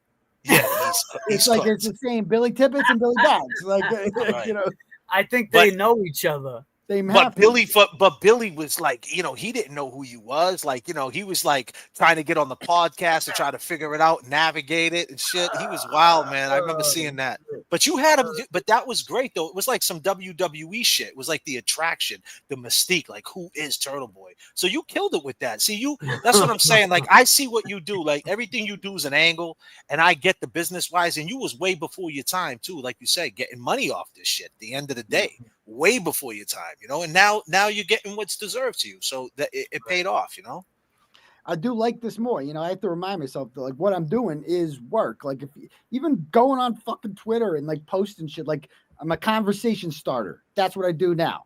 It's like that's because there's a market for that. People want that. People want to fucking talk about shit. That's just what they want to do. I mean, YouTube, I don't even watch TV anymore. It's going fucking YouTube all the time. You see who's on. You know what I mean? I hear you. And so we got 578 people in the chat. A lot of people are thinking like us. It's wild. Everybody's watching YouTube. It's wild, man. Let me ask you something. So you went on the Horde tour, and which is great, the Horde tour, right? So you went on the Horde tour and the JFK show. So you're here now. Yes, this is an extension of the Horde tour. The extension of the Horde tour. So I gotta ask you a question. So that day, you're sitting at the bus stop. You take, your poor kids had to see that, right? And God bless your kids too, because that shit sucks. Because I've been in that position where the cops want to start some shit, but and they roll up to you and they put you in cuffs. So the very first night when they held you without let me. So the first night you got arrested in front of your kids, what was your thinking process like? Because that's something that obviously that never happened. You never been arrested prior to that. You never got in trouble with the cops, right? Not by the fugitive. They said the fugitive police, like for fucking like the worst of the worst, like who won't come in on summons. Like it was for fucking decorations. Like they were making a point, And so when they first pulled up, I'm like, you gotta be fucking shitting me. Cause I saw Tully there. As soon as he pops out and he's like, you're under arrest. I'm like, oh my God. I didn't take it seriously. I'm like, this is a fucking, you guys are really fucking trying. Yeah, okay. Wait till the feds get you. Like, that's what I was thinking in my head. It was just like, fucking add this to the fucking pile, add this to my lawsuit. Okay, cool. No, thank you guys made me like, I was not sweating it at all. I couldn't believe it was fucking happening. I'm like, but it was like, you handled it well. I saw the camera the whole time with the video. You were joking with them. You asked them, did they find out whose Ford Edge was in front of the house? Hey, Tully, you ever find that Ford Edge? We're not here to talk about Karenread. I think I'm being arrested for Karenread. I think this got something to do with Karenread. I think that's why I'm here right now. So then your bail gets revoked, right? They revoke your bail, and so then you go to jail. What was your so when you finally get cuffed and you go in what was the ride like from the courthouse in the back? Was you in a sheriff's van or was you in a cruiser? Sheriff's van. What was that ride like? Horrible. The worst ride of my life. You know what I mean? Like, cause dude, the shock that you're in when you hear like, yo, I'm not going home for 90 days. I didn't even get to say goodbye to my fucking kids. Nothing. You're just like, where am I going? Where am I sleeping tonight? Who am I going to be sleeping with? Like, what the fuck is about to happen to me? Like, who can I call people? I don't have anyone's number. Like, I'm just like, oh, you don't have your fucking medication. Like, all this fucking shit, dude. And you're just like, wow, it was the worst fucking night. When I first got there, they threw me in fucking medical. Like, they bring me in there, and it's like the fucking processing area. And they were just like, one CO was like, shit, man, we heard you might be coming. Like, he's just like, we got bulletin today that you guys might be coming. Sorry. It's just like, that sucks. And they're just like, they put me in a fucking cell, gave me dinner, a fucking bologna sandwich. And I'm like, oh my God, my fucking life. Like, what the fuck? And, then they bring me in and meet the mental health lady or the health lady. And that's when you find out you're being taken off your medication, going cold turkey. and you're just like, yeah, like, okay, so tonight we're gonna put you in medical before we figure out what to do with you. And they kept me in medical all fucking time. And you get there, and it's like the biggest shitbags are down there who have been like, you know, or going through withdrawals. They got high, you know, one guy snuck fucking heroin in by digesting it, and they saw it in the x-ray, the bag of heroin, so they fucking put him in a cell next to me, and he's shitting. Like, one CO is sitting there waiting for him to take a shit. As soon as he takes a shit, then he's gonna get stuff. And it's like, that's where I'm living, with people yelling and screaming, all the crazy people down there, you know. Hold on, TB, real quick. Yeah. Welcome to prison. Yeah. Shit show. The shit show. Yeah. So you're there. So your first night. So you go through. So you go through the mental health. Did you get the TB shot? No pun intended. Did they give you the TB shot? Did they take blood, or like what was that like? So you was a new man first, or did you just stay in the infirmary the whole time? Stayed in the infirmary the entire fucking time. They wouldn't even put me in new man, or fucking you know, they wouldn't even put me in PC, because PC has like is a living unit where you get 9 hours of rec a day, like you do at the other places, you know, like you ever get out of your cell, you move around, you're living there. Whereas like with me, I got 21 hours in my fucking cell every day. 3 hours. So you were locked down. So you were locked down 21 hours a day. 21 hours a day. And when I did do fucking rec, it was in another fucking unit, like where Walsh, 2 hours in the morning, I'd go where Brian Walsh was, see him every day.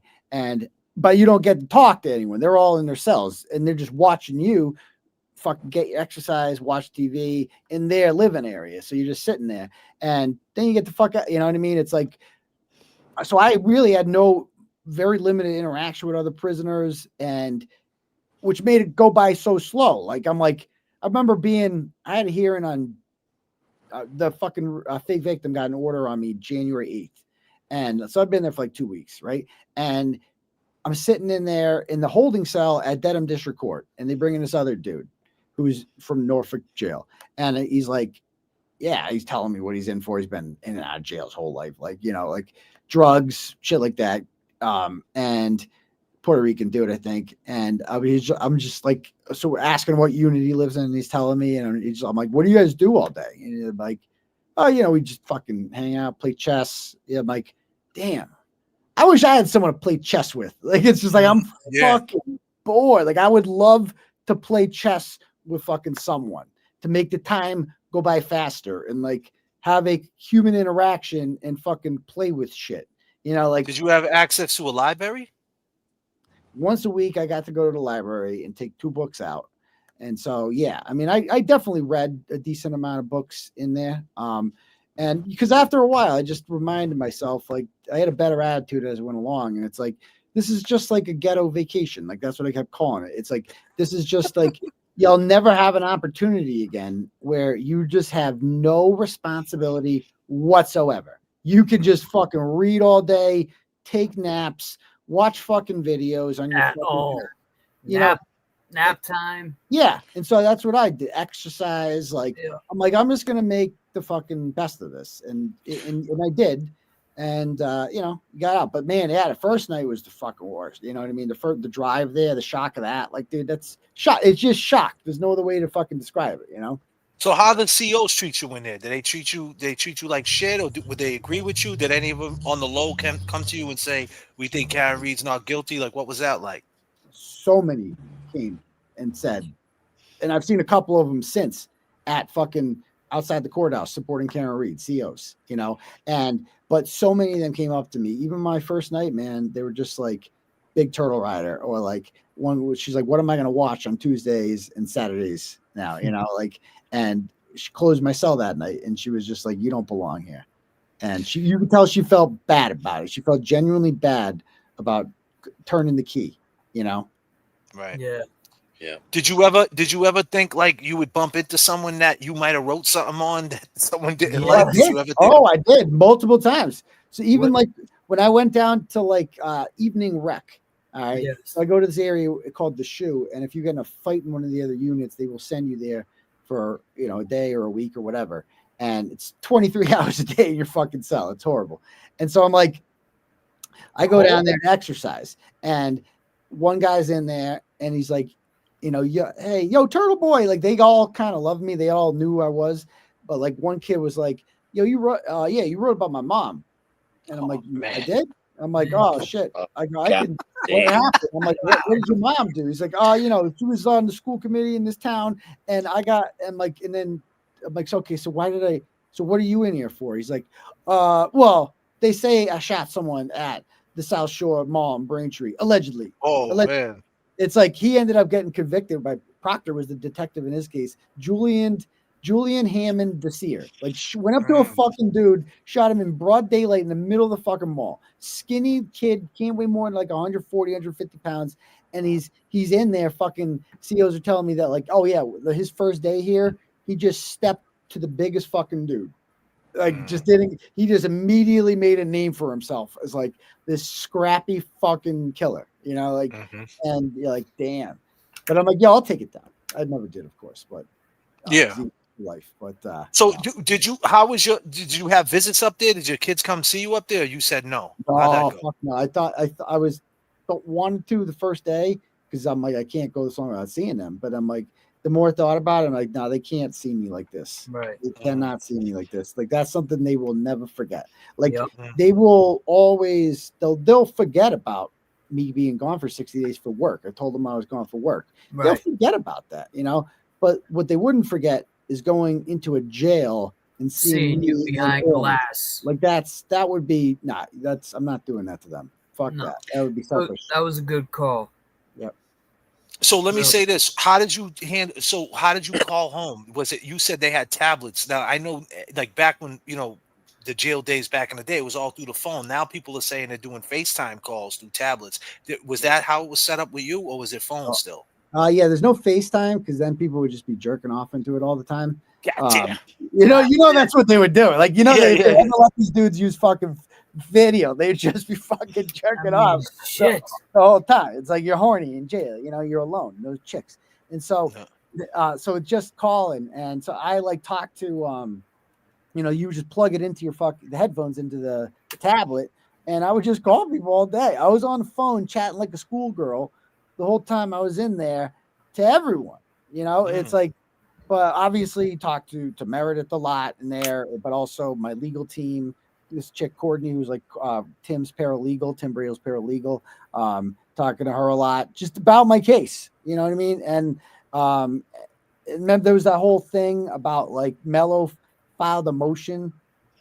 They went through all my jail calls and they're like, he's called this person, and Jennifer Altman was listed as a lawyer fucking somehow. Tim Bradle didn't know that she wasn't a lawyer. He thought she was a fucking lawyer.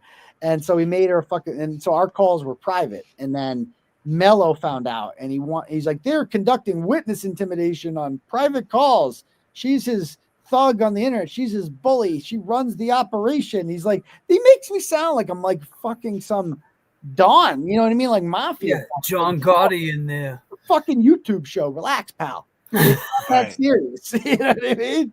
Like, nobody's getting fucking hurt here. Nobody's getting fucking like assaulted. I haven't seen any of these people since the CF McCarthy's incident. I haven't seen Jennifer McCabe in person ever. I can't even be in the same courtroom at the same time as her. So it's like, dude, nobody's fucking was ever in danger here. There was never no physical threats. It's just shit talking on the internet and reporting. Like that's what I was doing. I was shit talking on the internet, reporting, and a little bit of activism here and there too, leading protests. All like it's fucking madness. Like madness that you would say this is fucking illegal. And then I see the story today about this New Bedford chick riding around and shit like that. And you're like, yeah, this is how Massachusetts actually is for most people. It's just like 1 million fucking arrests, you know, always out on bail, but never gets bail revoked. It's like, but yeah, they try to revoke my bail. They've done it 4 But TB, you know why they did that? They did that because they thought if that would quiet down the Karenread case if they got rid of you. Yeah, that's exactly why they did that. I can't think of any other reason, because your charges, I have friends that have, you know, let's just say different charges, and man, you know, it doesn't compare.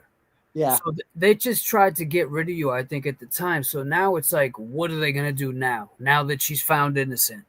You know? Yeah.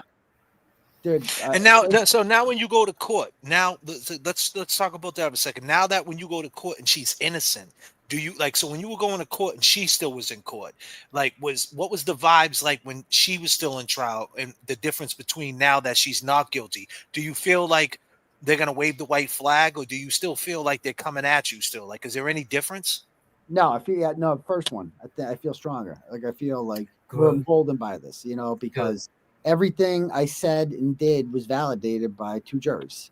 That both everybody, they all said she didn't fucking murder anyone, you know. And the second jury unanimously said not only that, he wasn't by a car at all. She couldn't have hit him on purpose, by accident, nothing. It's fiction, you know. But which is an undeniable. People are like, well, that doesn't mean the McAlberts did. In what world does that not mean the fucking McAlberts did it? There's no other fucking solution. He didn't get eaten by a pack of coyotes. Like he got fucking, either they did it or she did it. There's no one fucking else. And two juries said she didn't do it. And a million doctors said she didn't do it. So it's out of the question that she did it, which means they fucking did it. Like, that's why I'm not getting food.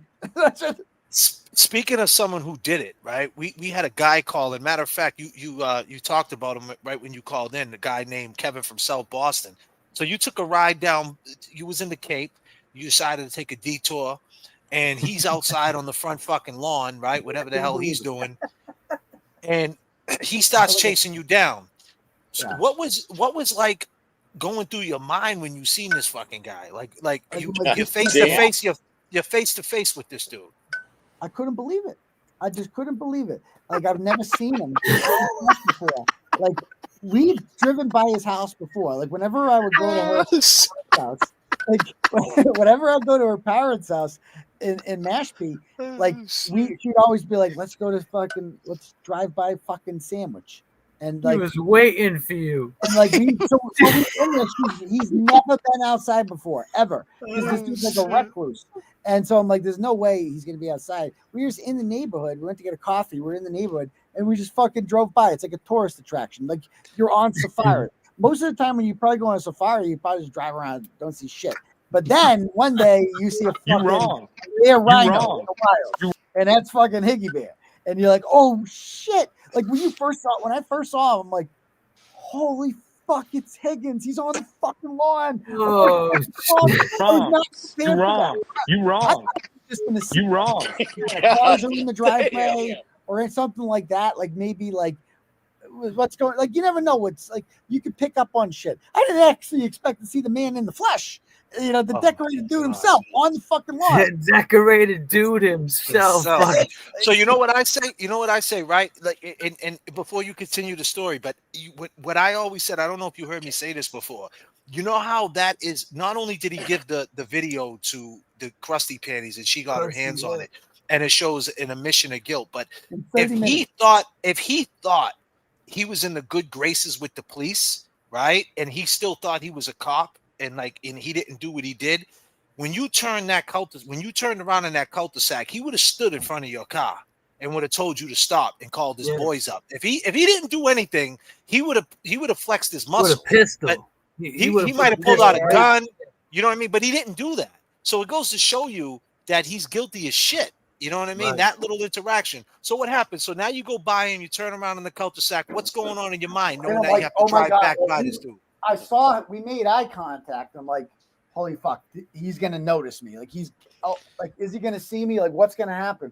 So we're like, let's just get out of here. So we go do the fucking turn around the rotary, go back, and he has run down his fucking lawn now. He's holding his fucking phone out and being like, you know, like, the fuck out of here. You wrong. The fuck out of here. You know? And I appreciate the things that you two do, you and James, right?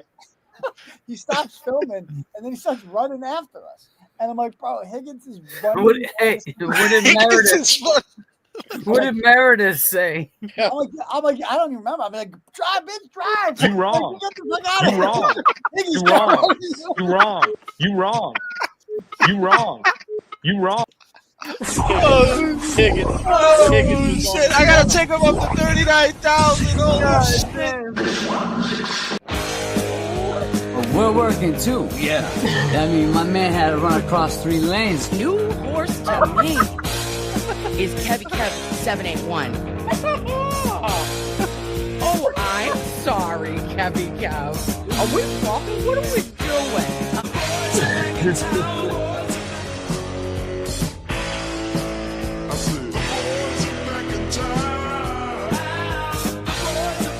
Hey man, what's up, guys? Kevin from South Park. This one is for the boys in the polo. One is for the boys in the polos. No. Man, that is a great story, TB. That was awesome. That was awesome.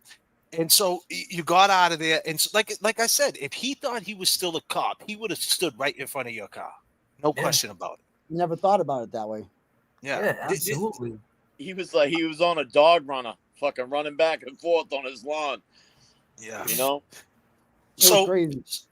So when you go to court now, right? You don't like when you look in the judge's eyes. Do you see like anything the judge knows this is bullshit? Like knowing that Karen's not guilty and everything that transpired. Do you feel like when you look around at people, everybody knows this is just a shit show? Like, what do you feel when you're in there? Do you feel like do you feel like they got the same intensity, or is it different? Like as far as like I think Judge Doolin's a good vibe. I think he's brings a good vibe to the courtroom. Like he's late. He seems like a decent guy. That's how he comes across to me. It's like not a guy that's like going to be a dick. And he just, I don't know. I like his vibe. I don't know how to describe it, but yeah, I just think it's more laid back now. And I think he's starting to hear this shit and realize it's kind of bullshit. He's dismissed 6 of the charges already. Awesome.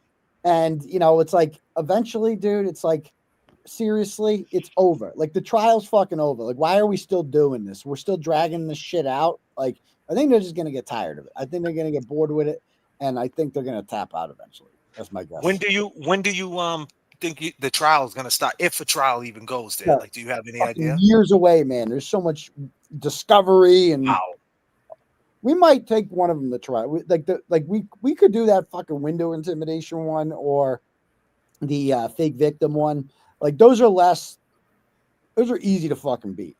Whereas the other one, it's like is based on shit I said on my show and the rolling rally, and they're like, that's witness intent. Like that's a bigger deal. So like that's the one we're really worried about. But so let me ask you this: when you ran up to Jen McCabe, right, and you looked at her face to face, and you seen her, did you see guilt right in her face? Like, what did you see when you were right next to her?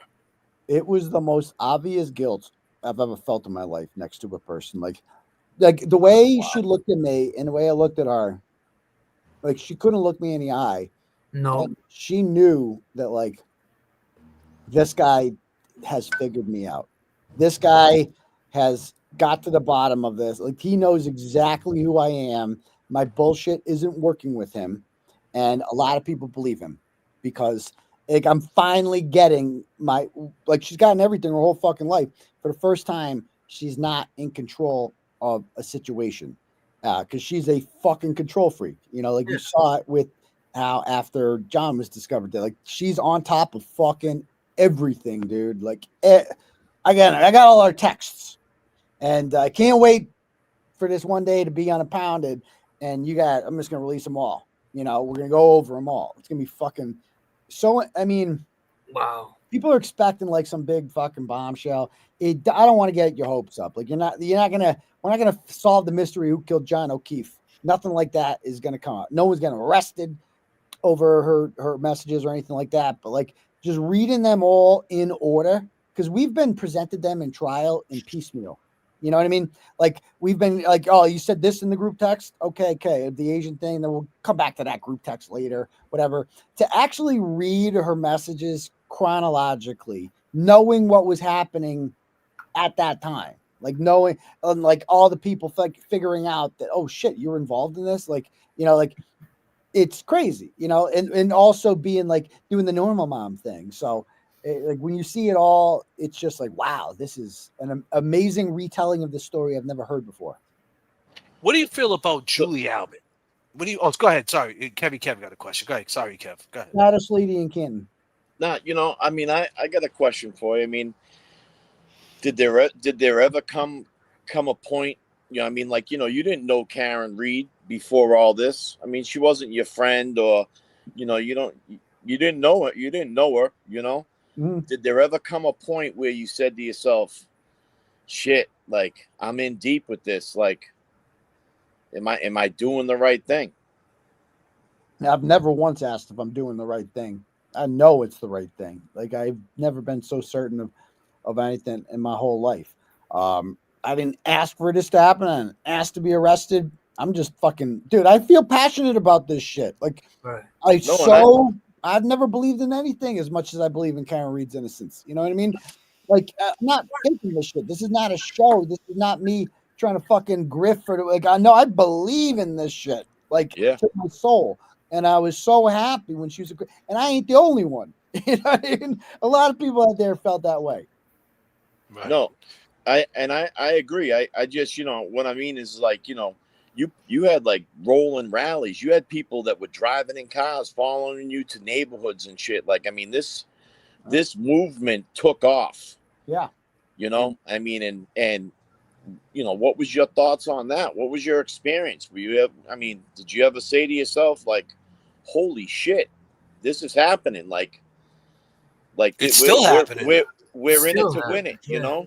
Yeah. I mean, I just often I looked at this and I'm like, is this fucking real? Like, am I in a dream right now? Like, I got fucking arrested and like became a big thing in the media as like witness intimidator, like over my fucking YouTube show. Like, that's crazy. Like, that's crazy that this happened. Because I've been doing this for a decade, you know, like I used to do this shit to Monica Keenan Grant, always confront her in public and shit like that. But she's not a witness in a trial, so you're allowed to do that to her. Like they create this whole statute just created like an upper class of citizen called a witness. Like if you're a witness, oh, you can't have your feelings hurt.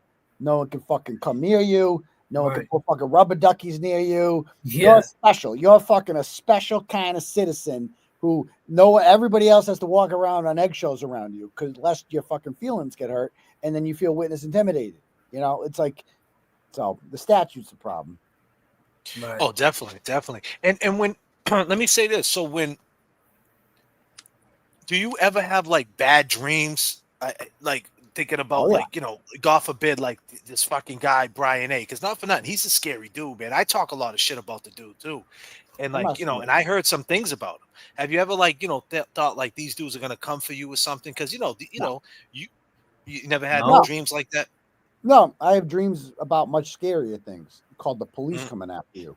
Like Brian Albert ain't gonna do fucking shit to me. You know what I mean? Like at the end of the day, he's not about that life. Like he's a fucking douchebag who let's be honest, it accidentally killed him. Like something freaky happened in that fucking house. Like you hit him fucking in a 1 in a million kind of punch. You know, like something like that happened where he fucking fell down and just hit his head on a fucking stair or a weight bench at the perfect angle that just fucking knocks you out.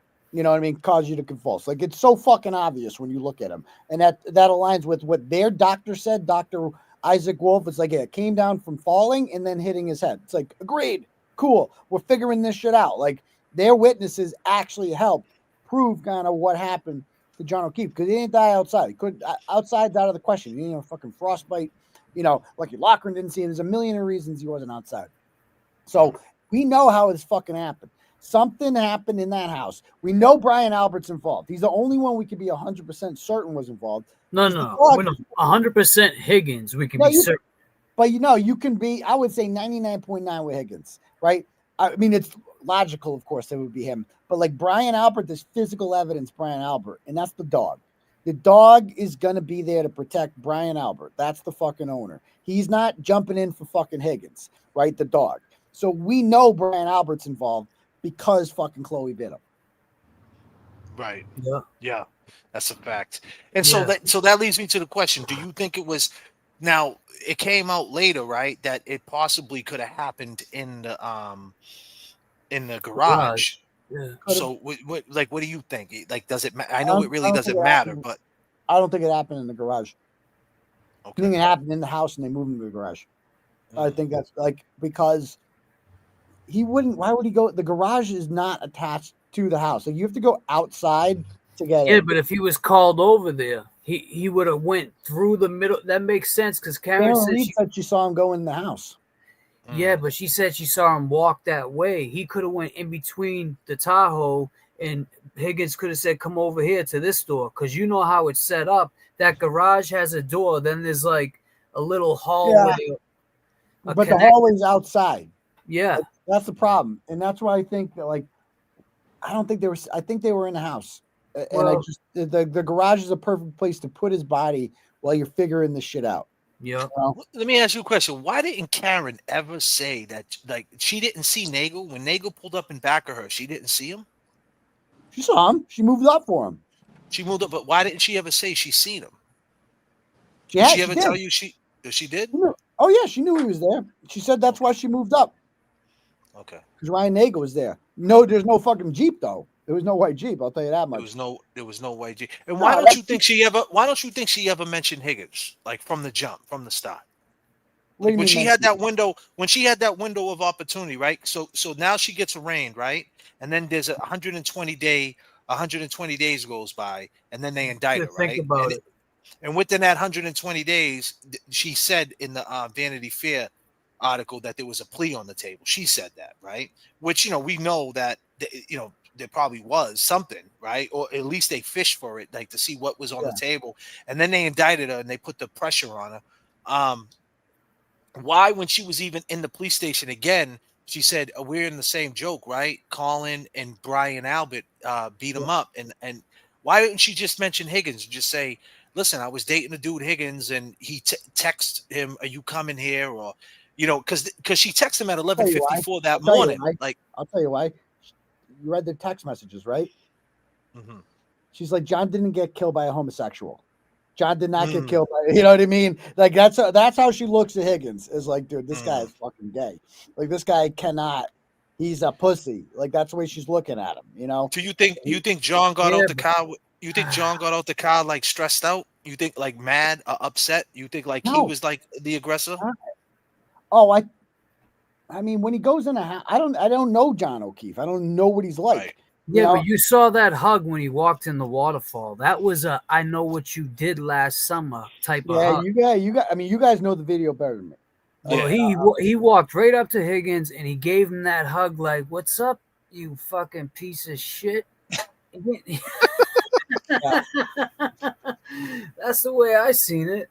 Yeah, I mean, Higgins didn't do him no favor. He didn't do no favor. Like I said, he let Turtleboy drive by him. This guy, Turtleboy, right? Like, not Aiden. Turtleboy, the character, goes in on Higgins. I mean, he spawned J.F.K. and James Jackson. You know what I mean? Like, and we go in, we got him calling the phone, and you think he got him right in front of his house. He would have just stopped the truck. Called his boys up. We got him here right now. They would have tried to scare you. But instead, he doesn't have boys. He's an outsider. Exactly. Well, that's what I mean. Like he realized he's a real outsider. Let me ask you this: you seen the interview, right? And there was, we know Colin wasn't there. There was a couple pieces wasn't there, but more importantly, Julie Albert wasn't next to her husband. But Chris. Big Bad Brian A said this is a man that was murdered, right? And like we know. Regardless of what the situation is, right? If Karen did do this, it wasn't a murder, right? Like she backed up, hit him by mistake, right? It's the same situation with them. It wasn't a murder until they made it a murder. You know what I mean? Like you said, it was an accident, and then they fucked up and made it a murder. So, like, why would he stress that it was a murder? Like, do you think like he slipped that out? Like, what do you make of that? Yeah, who stressed it was a murder? Big Bad Brian A. Did you ever see the clip? Oh yeah. How he stressed the murder. I hadn't thought about it. I hadn't thought about it much. He said this is a man that was murdered. It is interesting that he did most of the talking because he has been the quietest one of all of them. You know what I mean? Like he's not around like Jen McCabe and Chris Albert are. And he's polished though. He knows how to talk. That's why. Yes, he does. He was a good witness for that. I mean, like we think he got torn apart, but like as far as holding his own, like that dude was built for that shit. Like he was, like that's what. And he lied. He said, "What's scary about Brian Albert isn't that you're afraid that he's gonna fucking like physically kill you. You just are. I'm afraid of his ability to weaponize the government against to get away with it. Yeah, and to use the government against you.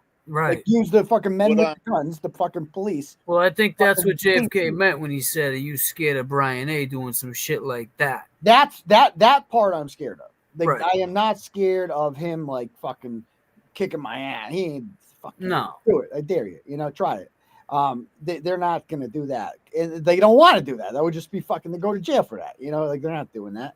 Right. But that they can do something much worse. And that's He lied too. He said he was only on the stand like 100 times. He was on the stand probably like double that. You know, like how many times that dude was on the stand, tickets, this, that, and a whole bunch of shit. And to go back to Julie Albert, right? Julie, do you feel like she's the most slept on of this? Like her lies, like her. Not only does she look like aged milk, disclaimer, her fucking story aged like milk, because Jennifer McCabe said she called Julie, right, and Julie didn't pick up, right. So then Julie says she's went there the next day to drop the donuts off, but yet she sees a missed call by her best friend, Jen McCabe. And when she shows up, she admits on the stand that she's seen Jen McCabe's truck there, but she never like goes to see why Jen McCabe's truck's there at 8:30 in the morning in a blizzard, blizzard about to start, and on the weekend to boot. And then she just drops the donuts off, walks out the driveway, and then Big Bad Brian A's at the door and says, "Hey, we need to talk to you." And then when she gets in the house, this is all in her testimony. She says, they said, "Hey, they found John on the lawn." And she's like, "Oh, John who?" Do you think like that she's like she had something more to do with this? She like, do you like, what do you feel about her? Because she's like a slept on character in this. She's not brought up a lot. Well, their son was driven home at 12:30, whatever, at night, and dropped off at their house, probably covered in blood. You know, like it probably had blood on him. You know, like probably, and I'm sure they were immediately alerted, and their parents went into crisis mode. Like, you have to protect your son at all costs, because I am certain to call him. Like, that's why we thought Brian Colin, because of the dog and the fact that Colin seems like a fucking psychopath. Like, when you see his fucking videos and shit like that, like this dude, or he acts like it. He's turns out he's just a poser because he claims he's never been in fights or anything like that. But you know, crazy. That's why Julie Albert had to get involved, was because, and Chris Albert too. There's a reason Chris Albert. I always say this, that Chris Albert and Jennifer McCabe are kind of like the two biggest mouths of all of them, because both of their kids are involved. You know, like that's the thing they have in common is, and so like Brian Albert is not protecting his kids; he's protecting himself. Whereas Jennifer McCabe and Chris Albert and Julie Albert are protecting their kids. They. Why do you think Julie Albert offered Michael Proctor a gift on the day Karenread was arrested? Yep. Because you didn't fucking that wasn't a gift just for arresting Karenread. That was a thank you for not interviewing calling out of it by not pursuing other possible suspects. Thank you for that. You did a great job. Like, that's who does that? Why the fuck would Julie Albert feel the need to pay the police? Like, your taxes pay his salary. You don't need to tip Michael Proctor. He's not a fucking waiter. You're like no, that was like a fucking courtesy. Like, oh, thank you for doing the extra thing that I don't pay you to do. That's what that was. It was a fucking tip. That's wild, right?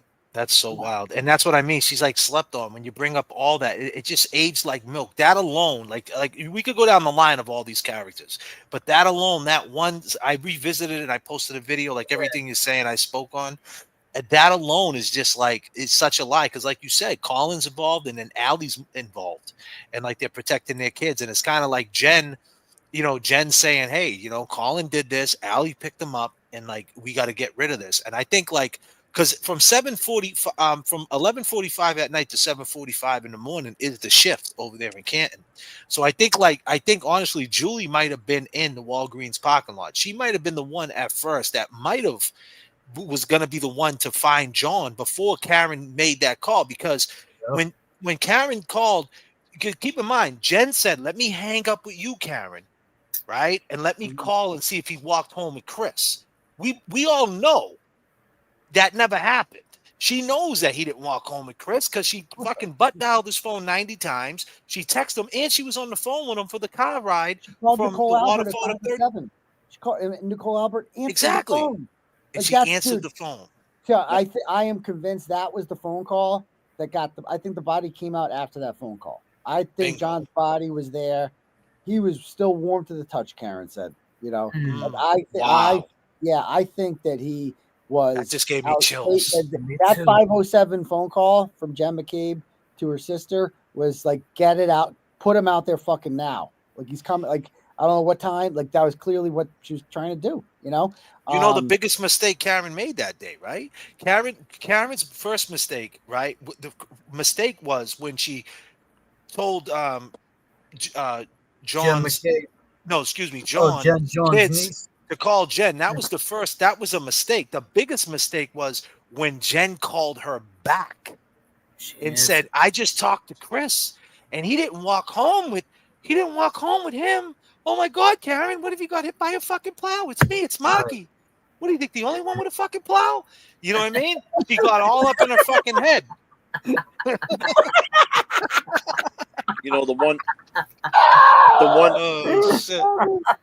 God damn, Turtleboy. Oh, you see what I'm God. saying? That was the biggest mistake. Oh shit! It was, man. And like you said, that's why people. But like I was saying this before, like every content creator on here, dude, you got to give people a reason to watch it. You have to have a thing that makes you intriguing. Like you can't just be. And like all due respect to BLT, this is what I was saying on my thing about him yesterday. Is that like my recommendation if I was like being a mentor to this kid, and a kid he's older than me, like would be like focus less on the studio and fucking the suits and shit like that, and more on just being real. Like content, just be a real fucking person. It's just too salesman-y, you know what I mean? Like he's got a. And that's coming from a place of love. Like that's coming from a place of wanting somebody to succeed.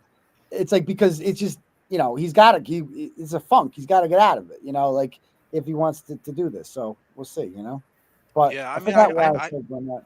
But go ahead.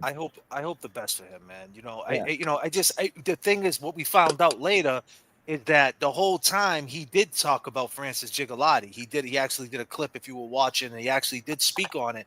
And when he came on the live, he just never mentioned it. And it's just kind of like, it's weird. Like you hear us screaming at the rooftops about it. Because at the end of the day, it's 7 cops on a dude's neck, right? And regardless of what he did. It didn't look good. That video didn't look good. It didn't look good, and it's like, and it's accountability, and then but it's so much dialogue that's attached to it, because then it's like, wow, that happened in Andover, right? And then Bradle obviously is involved in that, and then that happened in Haverhill, and then right next door, Kelsey happened in the same county, and she's being held without bail, which is fucking insanity. And then over in Norfolk County, you got Miles King walking around on a $10,000 bail. How much was your bail? Nothing. I got no bail. Oh, you got no, yeah. So that's what I'm saying. He's on a $10,000 bill, but I'm saying he's on a $10,000 bill and did 3.5 years in jail. I think that's unheard of. I don't think that ever happened in the history. On Thanksgiving, I got a $10,000 bill. And so like the tentacles that are connected to this shit is insane when you really think about it. And you seen the Mizzy Cash rap video when he came home? Did you see that? Did you play that? Oh yeah. That's fucking insane. Like that dude, yeah. I mean, it's crazy. It's crazy. I mean, Marquise, he said in the ambulance that Miles was the one who shot him. He fucking ID'd him. I'm saying the victim fucking ID'd him. Like, what else? He even put his rap name out there and everything. Yeah, it's like, and he's been there before. It's like, bro, I mean, come on. Yeah, he was there a year prior in a stolen whip. That's the thing. It's like, I'm not just going to automatically take the defendants, even though Proctor's a scumbag. And I kind of hope a lot of these people go free simply because it's the only way to shake this up. And be like, yo, this is like the drug scandal, like that. It took something like that to fucking shape it up. Like we need reform. It can't fucking be like this. You know what I mean? They fixed that problem, maybe. So they say, but like they put the spotlight on it. You can't do it in the fucking. You need to do it in the dark. Speaking of the drug scandal, right? So we was talking about, we were not getting, I'd say a little critical, but I said if this was 5 years ago, Turtleboy wrote an article on Francis Gigliotti, chances are Turtleboy would say, man goes out, smokes crack, running around the streets, gets caught with the cops, and, would kind of be on the side, maybe that, it was his responsibility kind of, like I said, I might be saying that might not be fair to you because based on what happened. But what I'm saying is usually the old TB that I knew that wrote, you wasn't a big fan of people doing drugs. You didn't look at it like it was an addiction. You look at it was more like a choice. No. No, I mean it's just I hate when people use it as a crutch. You know what I mean? Like that, like it's like, oh, so they just can't criticize them if they're like, okay, cool. It's like kind of bullshit. But no, I get what you're saying. Obviously, these people aren't on Mass Ave, don't want to be like this, or like, you know, like this is not what anyone would fucking choose. Like if given the fucking choice, I get it. You know, so there's certainly an element of that to it. But like, you know, like I would say that like I used to side with the police kind of. That was like my initial reaction is because I'm like, I didn't like the people that were attacking the police. Like I didn't like, you know, I'm a conservative. I don't really care for liberals that much. No offense to all my liberal followers, but like, you know, like the whole Ferguson protests and the fucking, I thought this was BLM and all ridiculous. that. I'm like Michael Brown fucking tried to take a cop's gun and he got fucking shot. The fuck do you think's gonna happen? You tried to take a fucking cop's gun. Well, how do you feel about the auditor that went to the state trooper's house? Do you feel like he was asking for that a little bit though too? What happened? The audit. The Long Island audit. That Yeah. was fucking.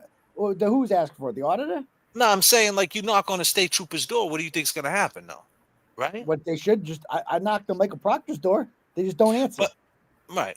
But I'm saying though, like my point is like they're got looking lucky, for that, man. right? And like and then like you know, and then when you look at someone like that, if they take drugs and 7 cops on the neck. So my point is, what do you feel now about it after going to jail, being around dudes in jail, and some of them are cool, right? Some of them addicts you probably got cool with in jail, right? Like dudes who were fucked up in the game and they were cool with you, right? So you got a different outlook on it now.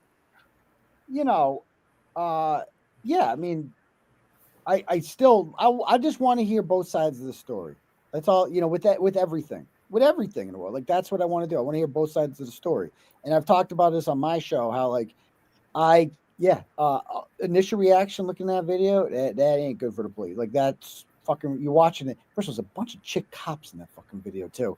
And it's like, you know, like you're just like, dude, what the fuck? How are you guys doing this in front of all these fucking people? Like, I don't know the procedures. I don't know how this shit works, but you look at that and you're like, dude, that's 7 people are on top of them. You're like, yeah, like, though. So the whole thing, I don't know. Well, the thing is, when the 7, he wasn't a threat because when he fell down to the ground, he was screaming help. He wasn't screaming, if you let me up, I'm gonna fuck you up. Like, you know what I mean? Like if he was saying that and then that happened, then it's kind of like, you know, they were in a pickle. But when someone's screaming help, I can't breathe, why not just flip them over? That's all. Right. You know what I mean? Yeah. But I appreciate you speaking on the TV. I understand that you're with, you know, Brado, you got so much shit going on. It's the Brado thing. It's like, that's the fact. Brado's turned into like the white Johnny Cochran around here. Whenever somebody fucking trouble with cops, he's got everything. Yeah, white. He is the white. Call up fucking Brado. Right. And I understand, TV. You're going through a lot, man. Like, you know, you're indicted right now, man. You're in Superior Court. Like, you know, you sell it real good on your show. I give you that, man. You got to be very cautious to make everything he says now. For sure. You sell it, man, and you're a happy, cherry dude. But I know that shit's got to weigh on you sometimes, especially you got little ones, man. And you know, and I love the fact that you know how to, you know, you actually shape this community real good, you know, and you know, and congratulations, man, on the Wilbur. I think that's awesome, bro. Like that shit, like I said, the peers that are seeing that, like Tom Brady could be driving by and see that shit. You know what I mean? Like, and that's what you always wanted, right? Like, and that shit's big time because the people who know. The people who know. That's not a little fucking thing. That's a big thing.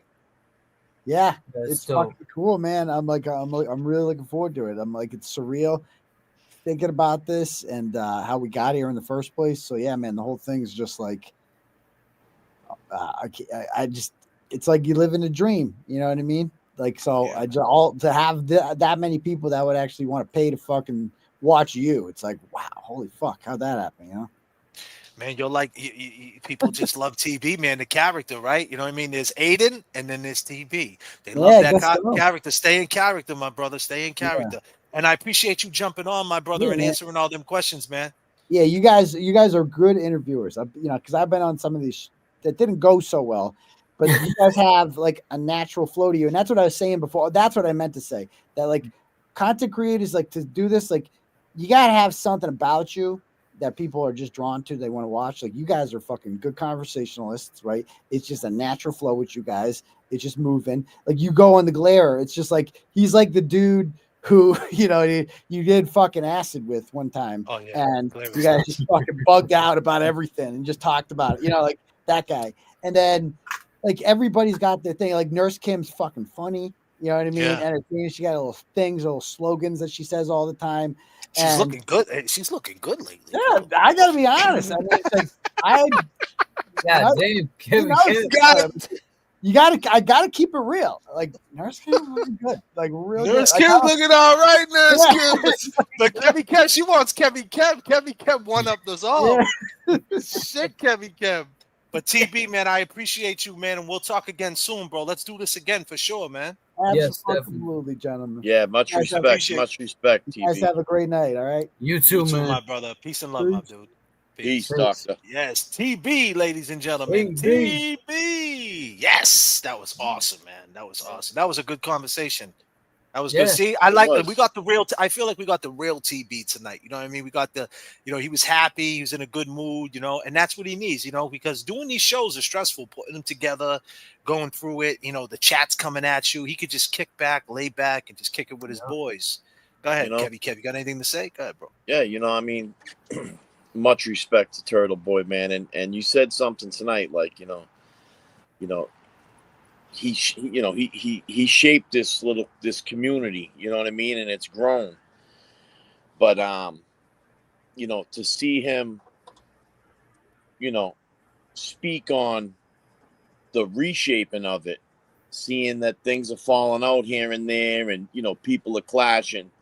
I give him a lot of respect with that because, you know, he could sit back and watch people fail. You know what I'm saying? I mean, that's a good point. I give him a lot of respect, you know. I mean, like it's a big thing, and it's a community. You know, communities are supposed to be kept together, you know. And he's doing the right thing, man. Oh, you know, shout out to Turtleboy, man. He's doing the Wilbur. God damn. Well, Jay, that's the thing too. Like from when I first met him, 2018, I started hearing about TB. The growth I've seen in him. Now he's doing the Wilbur. And you That's know, big like dog shit. Yeah, and like Kev just said, he could be like, you know, fuck everybody. Basically, I'm here for myself, but he'll jump up here and he'll talk with us, and he'll, you know, he keeps it real, and I give him a lot of credit because he takes a lot of slack too, you know, and it's not easy taking all that slack and having to be able to know how to, you know, pivot through it. You talked about it earlier. Yeah. Earlier, if you guys watched the beginning live, James Jackson was in the park, man. That was someone else. That was my twin brother. But yeah, you're right. You know, it's a lot to take on. Go ahead, James. It's a lot to take on. It's a lot to take on. And he pivoted through it this whole time, this last 3.5 years. He's got a lot of growth. He's got a lot of charges, but he's handling them.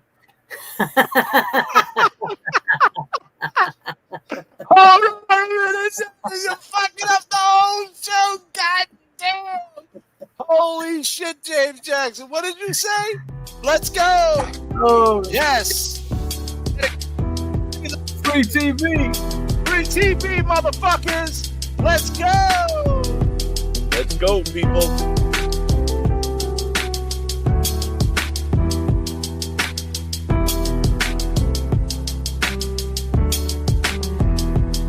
Lately, I know you miss your mom, and I know you miss your dad when I'm gone. I'm trying to give you the life that I never had. I can see you sad, even when you smile, even when you laugh. I can see it in your eyes, deep inside you wanna cry, cause you're scared I ain't there. Daddy's with you in your prayers, no more crying, wiping tears. Daddy's here, no more the mess. We gon' put together through, we gon' do it, lady. Uncle's crazy in it, yeah.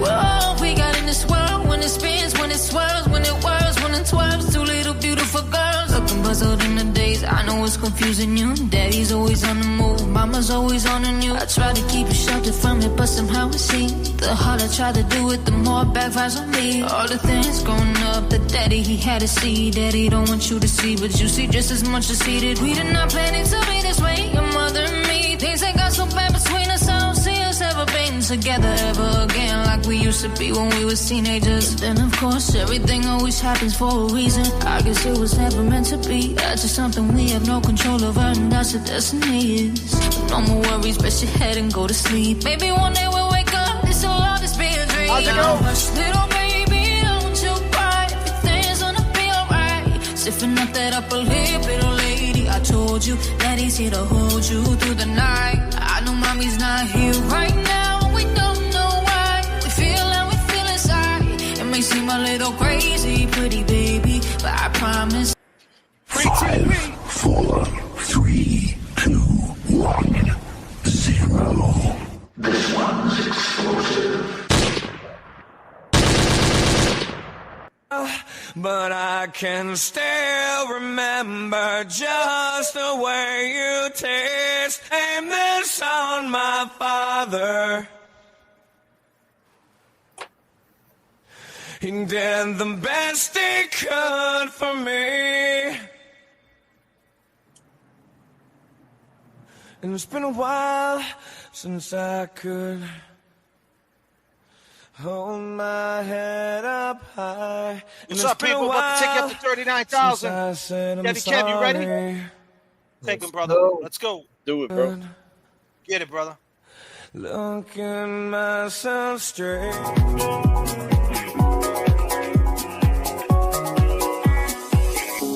It's been a while since I could spin that hold shit. My head up high, and it's been a while since KEV, let's go. Go, J.F.K. Spin that shit.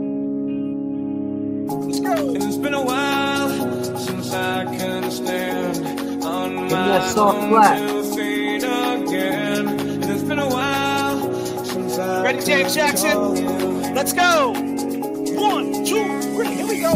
Let's go. And everything I can remember is fucked up as it all may seem. The consequences that are rendered. I stress myself beyond my means. Yes. It's been a while. Woo.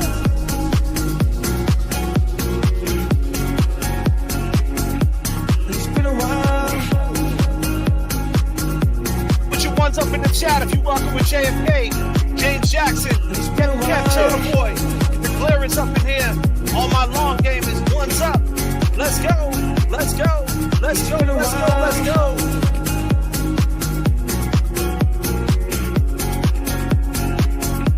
It's been a while, and it's been a while since I couldn't say that I wasn't addicted, and it's been a while since I It's been a while, couldn't James say Jackson. I love myself as well.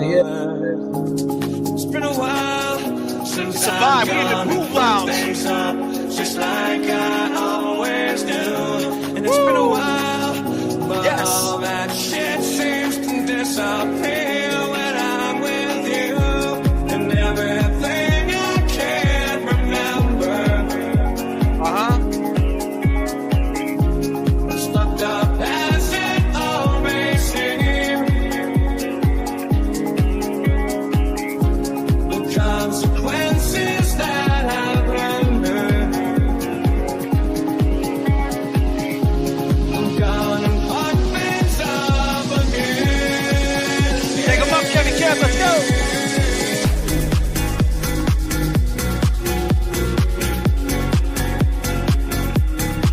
KEV.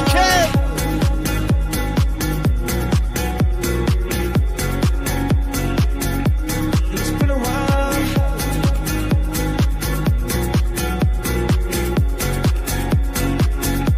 It's been a while.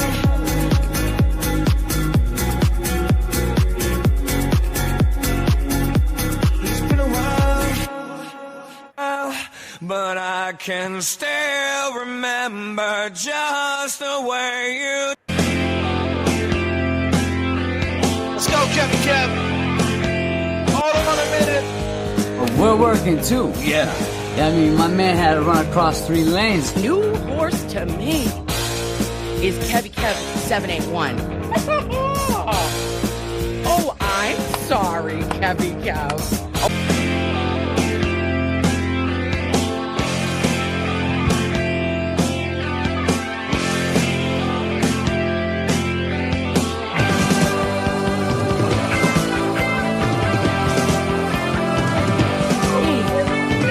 Is KEV 781.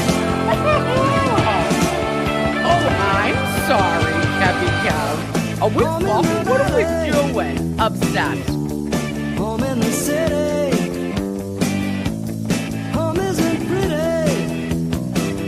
Ain't no home for me. Home in the darkness. Home on the highway. Home isn't my way. Home I'll never be. New horse to me is KEV 781. Oh, I'm sorry, KEV. Are we fucking? What are we doing? Obsessed. His face, I am him, he's me. He's looking, he's ripping butts afterwards. He goes, oh. He's like, come on, KEV. I'm burning for you. I'm burning for you.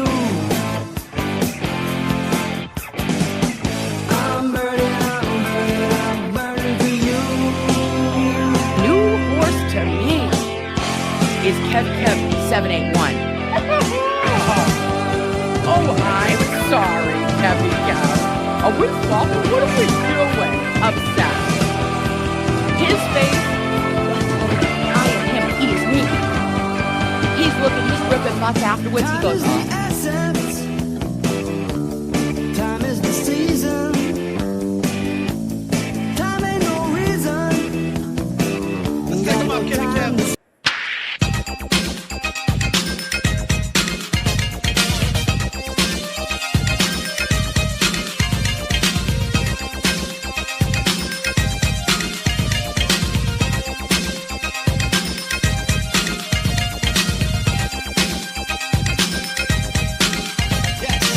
We started dancing and love put us into a groove.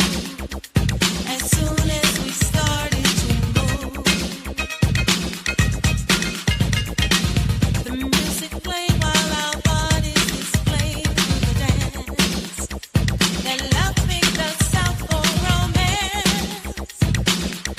Y'all know this song. Let's go. I thought it was clear the plan was we would share this feeling just between ourselves. But when the music changed, the plan was rearranged. You went to dance with someone else. We started dancing and love put us into a groove. But now he's with somebody new. What does Go, KEV, you ready?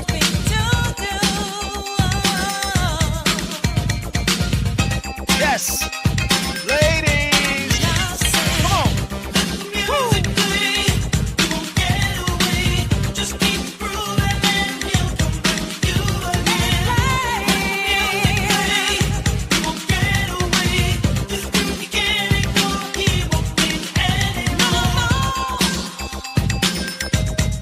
Is KEV 781.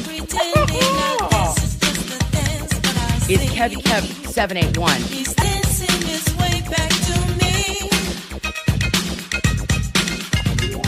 Yes, he discovered we are truly love. It's magic from the very start. His love just kept me grooving and it got me moving, even though we danced apart.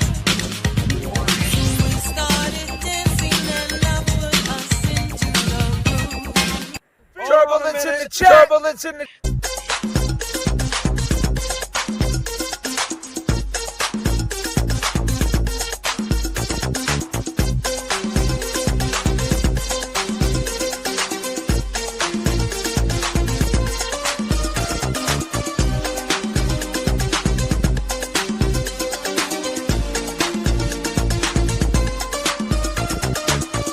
I remember when we first started.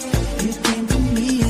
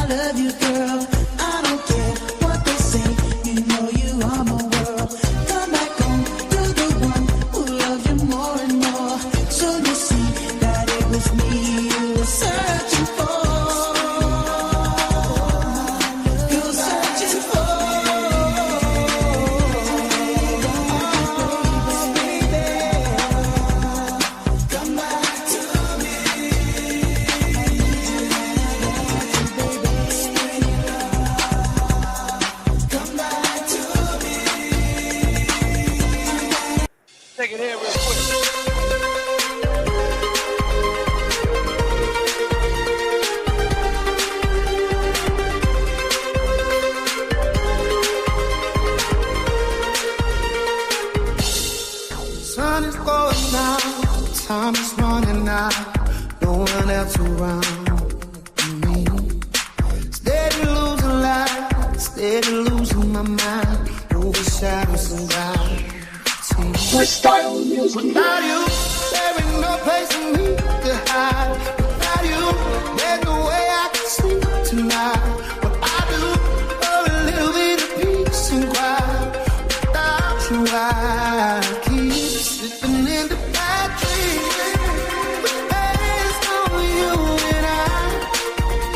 Those are when I love you. I need you to set me free from all of these bad dreams. Waiting on the other side. Those are when I love you. I need you to set me free from all of these, all of these. Bad dreams.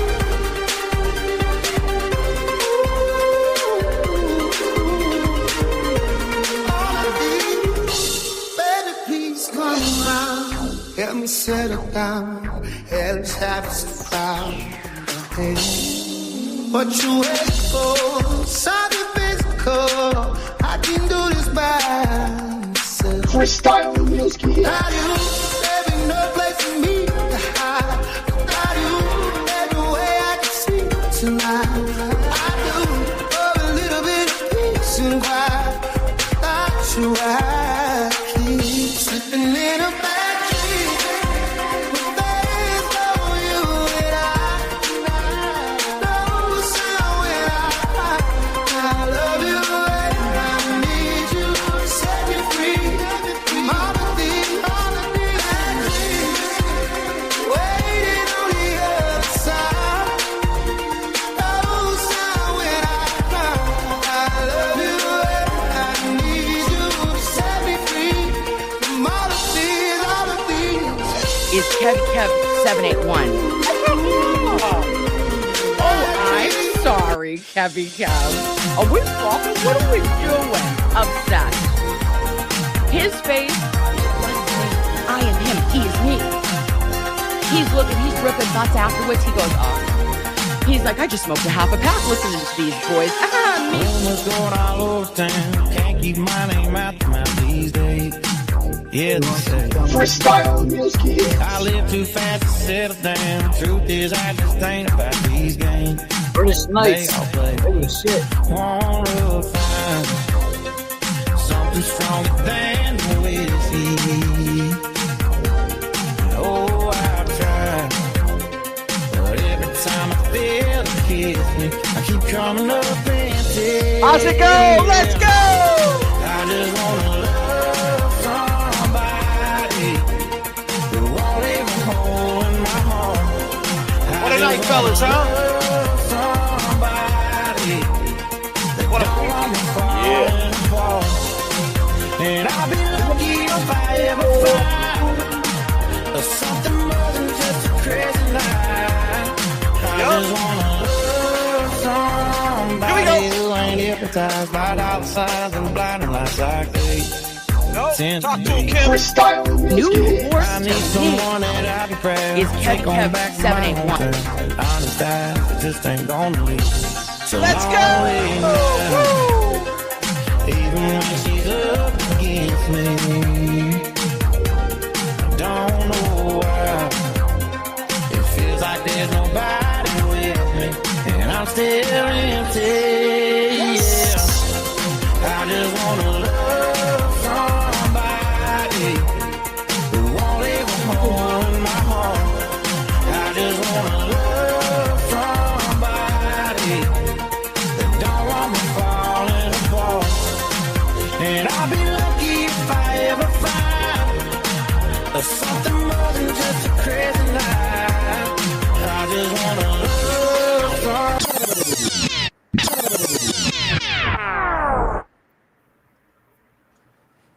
I appreciate everybody coming in tonight. What a beautiful night it was. Got anything to say in closing? KEV 781, James Jackson next. You know, just want to thank everybody, for showing up, coming out here tonight, chilling with us. was awesome having Turtleboy come up. You know, he's got a lot to do with why we're all here. You know, speaking on you know, the Commonwealth of Massachusetts, and you know, his fight ain't over. And if you haven't stood up for Turtleboy, stand up. You know, same thing with, you know, Francis Gigliotti. You know, there's a message trying to be sent, you know, that his family needs help. And if you haven't stood up for Francis Gigliotti, stand up. James Jackson. Yeah, you know, my cousin started the show off a little rocky, but it got better, you know, and it's all about timing and placement. But honestly, you know, I had some feelings in the beginning, and watching TB go through everything he's been through and the way he's pivoted through I'm sure he has feelings too, and people say wild shit to him. You know, being a content creator by default, we get sent a lot of text messages on Facebook, and it's kind of, you know, some of it gets to you, and you got to learn how to not let it get to you and just remember why we're here and keep the focus on that. So with that being said, I just want to say justice for Officer John O'Keefe, justice for Francis Gigliotti, and free TB. And I just want to take a couple of super chats real quick. James Jackson, $1.99. Thank you so much, Maria. Becky, $39,000, $10. Thanks so much. And we got a big $100 from his Ames 93 100. TB in the house for the boys. Thank you so much. That's very generous. May for you, $4.99. TB, any chance Howie Carr is going to make it to the show? Nurses will be there to Canton County. Make sure to educate all I could. Thank you, May. If I'm reading that wrong, I'm sorry. My first ever super chat is so worth it. TB J.F.K, love you from Detroit. We appreciate that, Mary. We got a Lady Jet, $20. TB and the guys are awesome. Thank you so much. Again, from his Ames 93, $50. Best show on the Horde Tour so far, asking real questions. Nice. I appreciate that. That means a lot. Yeah, it means a lot to us. Norman Corey, once again, Phil Donahue, 2025. Great interview. We got What the Duck. She's been a member for 9 months. Yet another example of why this is the greatest place on YouTube. Nice. Wow, these super chats. Best interview on the Horde Tour. Becky, thank you so much. Great show, guys. Cynthia, thank you so much. Becky G coming through again. Turbulence keeps the plane rocket. And What the Duck making it rain with 5 JFK memberships. Yeah, we got 500 people in the chat. And in closing, I just want to say, all my ladies out there, all my fellas out there, fellas, stand back right now. If you're going through something, just remember, right? Put an H on your chest and handle your business. You are here for it, fellas. But for right now, this is to the ladies. Me, JFK, James Jackson, when we do this shit, we just want to make you smile. And we're going to end it like that on that note. And we'll see y'all next flight. Peace and love.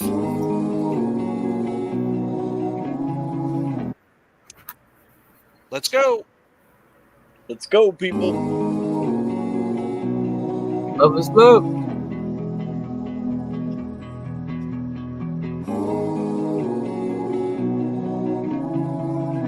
Justice for Jigger. I can't remember the last time you looked as happy as you did tonight. Your tipsy friend grabbed that bartender, gave him a phone and pulled us over there with her. He counted to 3, and baby, I haven't seen a side of you in forever. And I hate it's the truth, but baby, you never do when we're alone together. It was good to see you smile. Girl, you know it's been a while. It was good to see you smile, even if it was just for the picture. They say a picture's worth 1,000 words, but you ain't said one since you woke up. Silly me, thinking we could make it work. Can you blame me for getting my hopes up? You know it took me right back to how it used to be.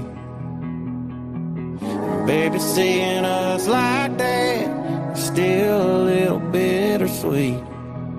But it was good to see you smile.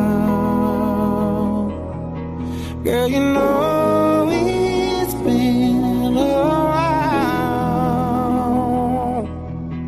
It was good to see you smile, even if it was just for the picture.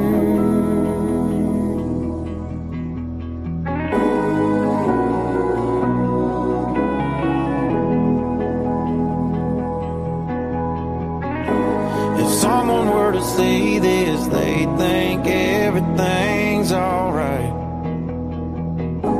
At least we got a pretty little moment frozen in time.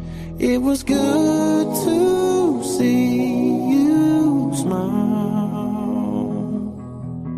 Girl, you know it's been a while.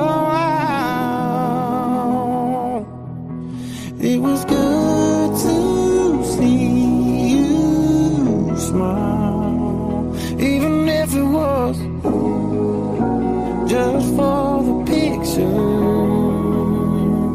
Even if it was just for the picture.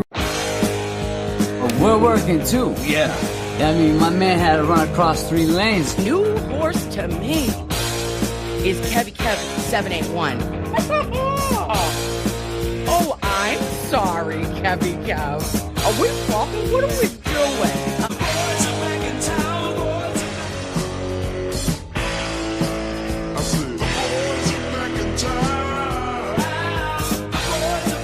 Hey man, what's up, guys? Kevin from South Park. This one is for the boys in the polo. One is for the boys in the polos. Aren't you? No, no, no,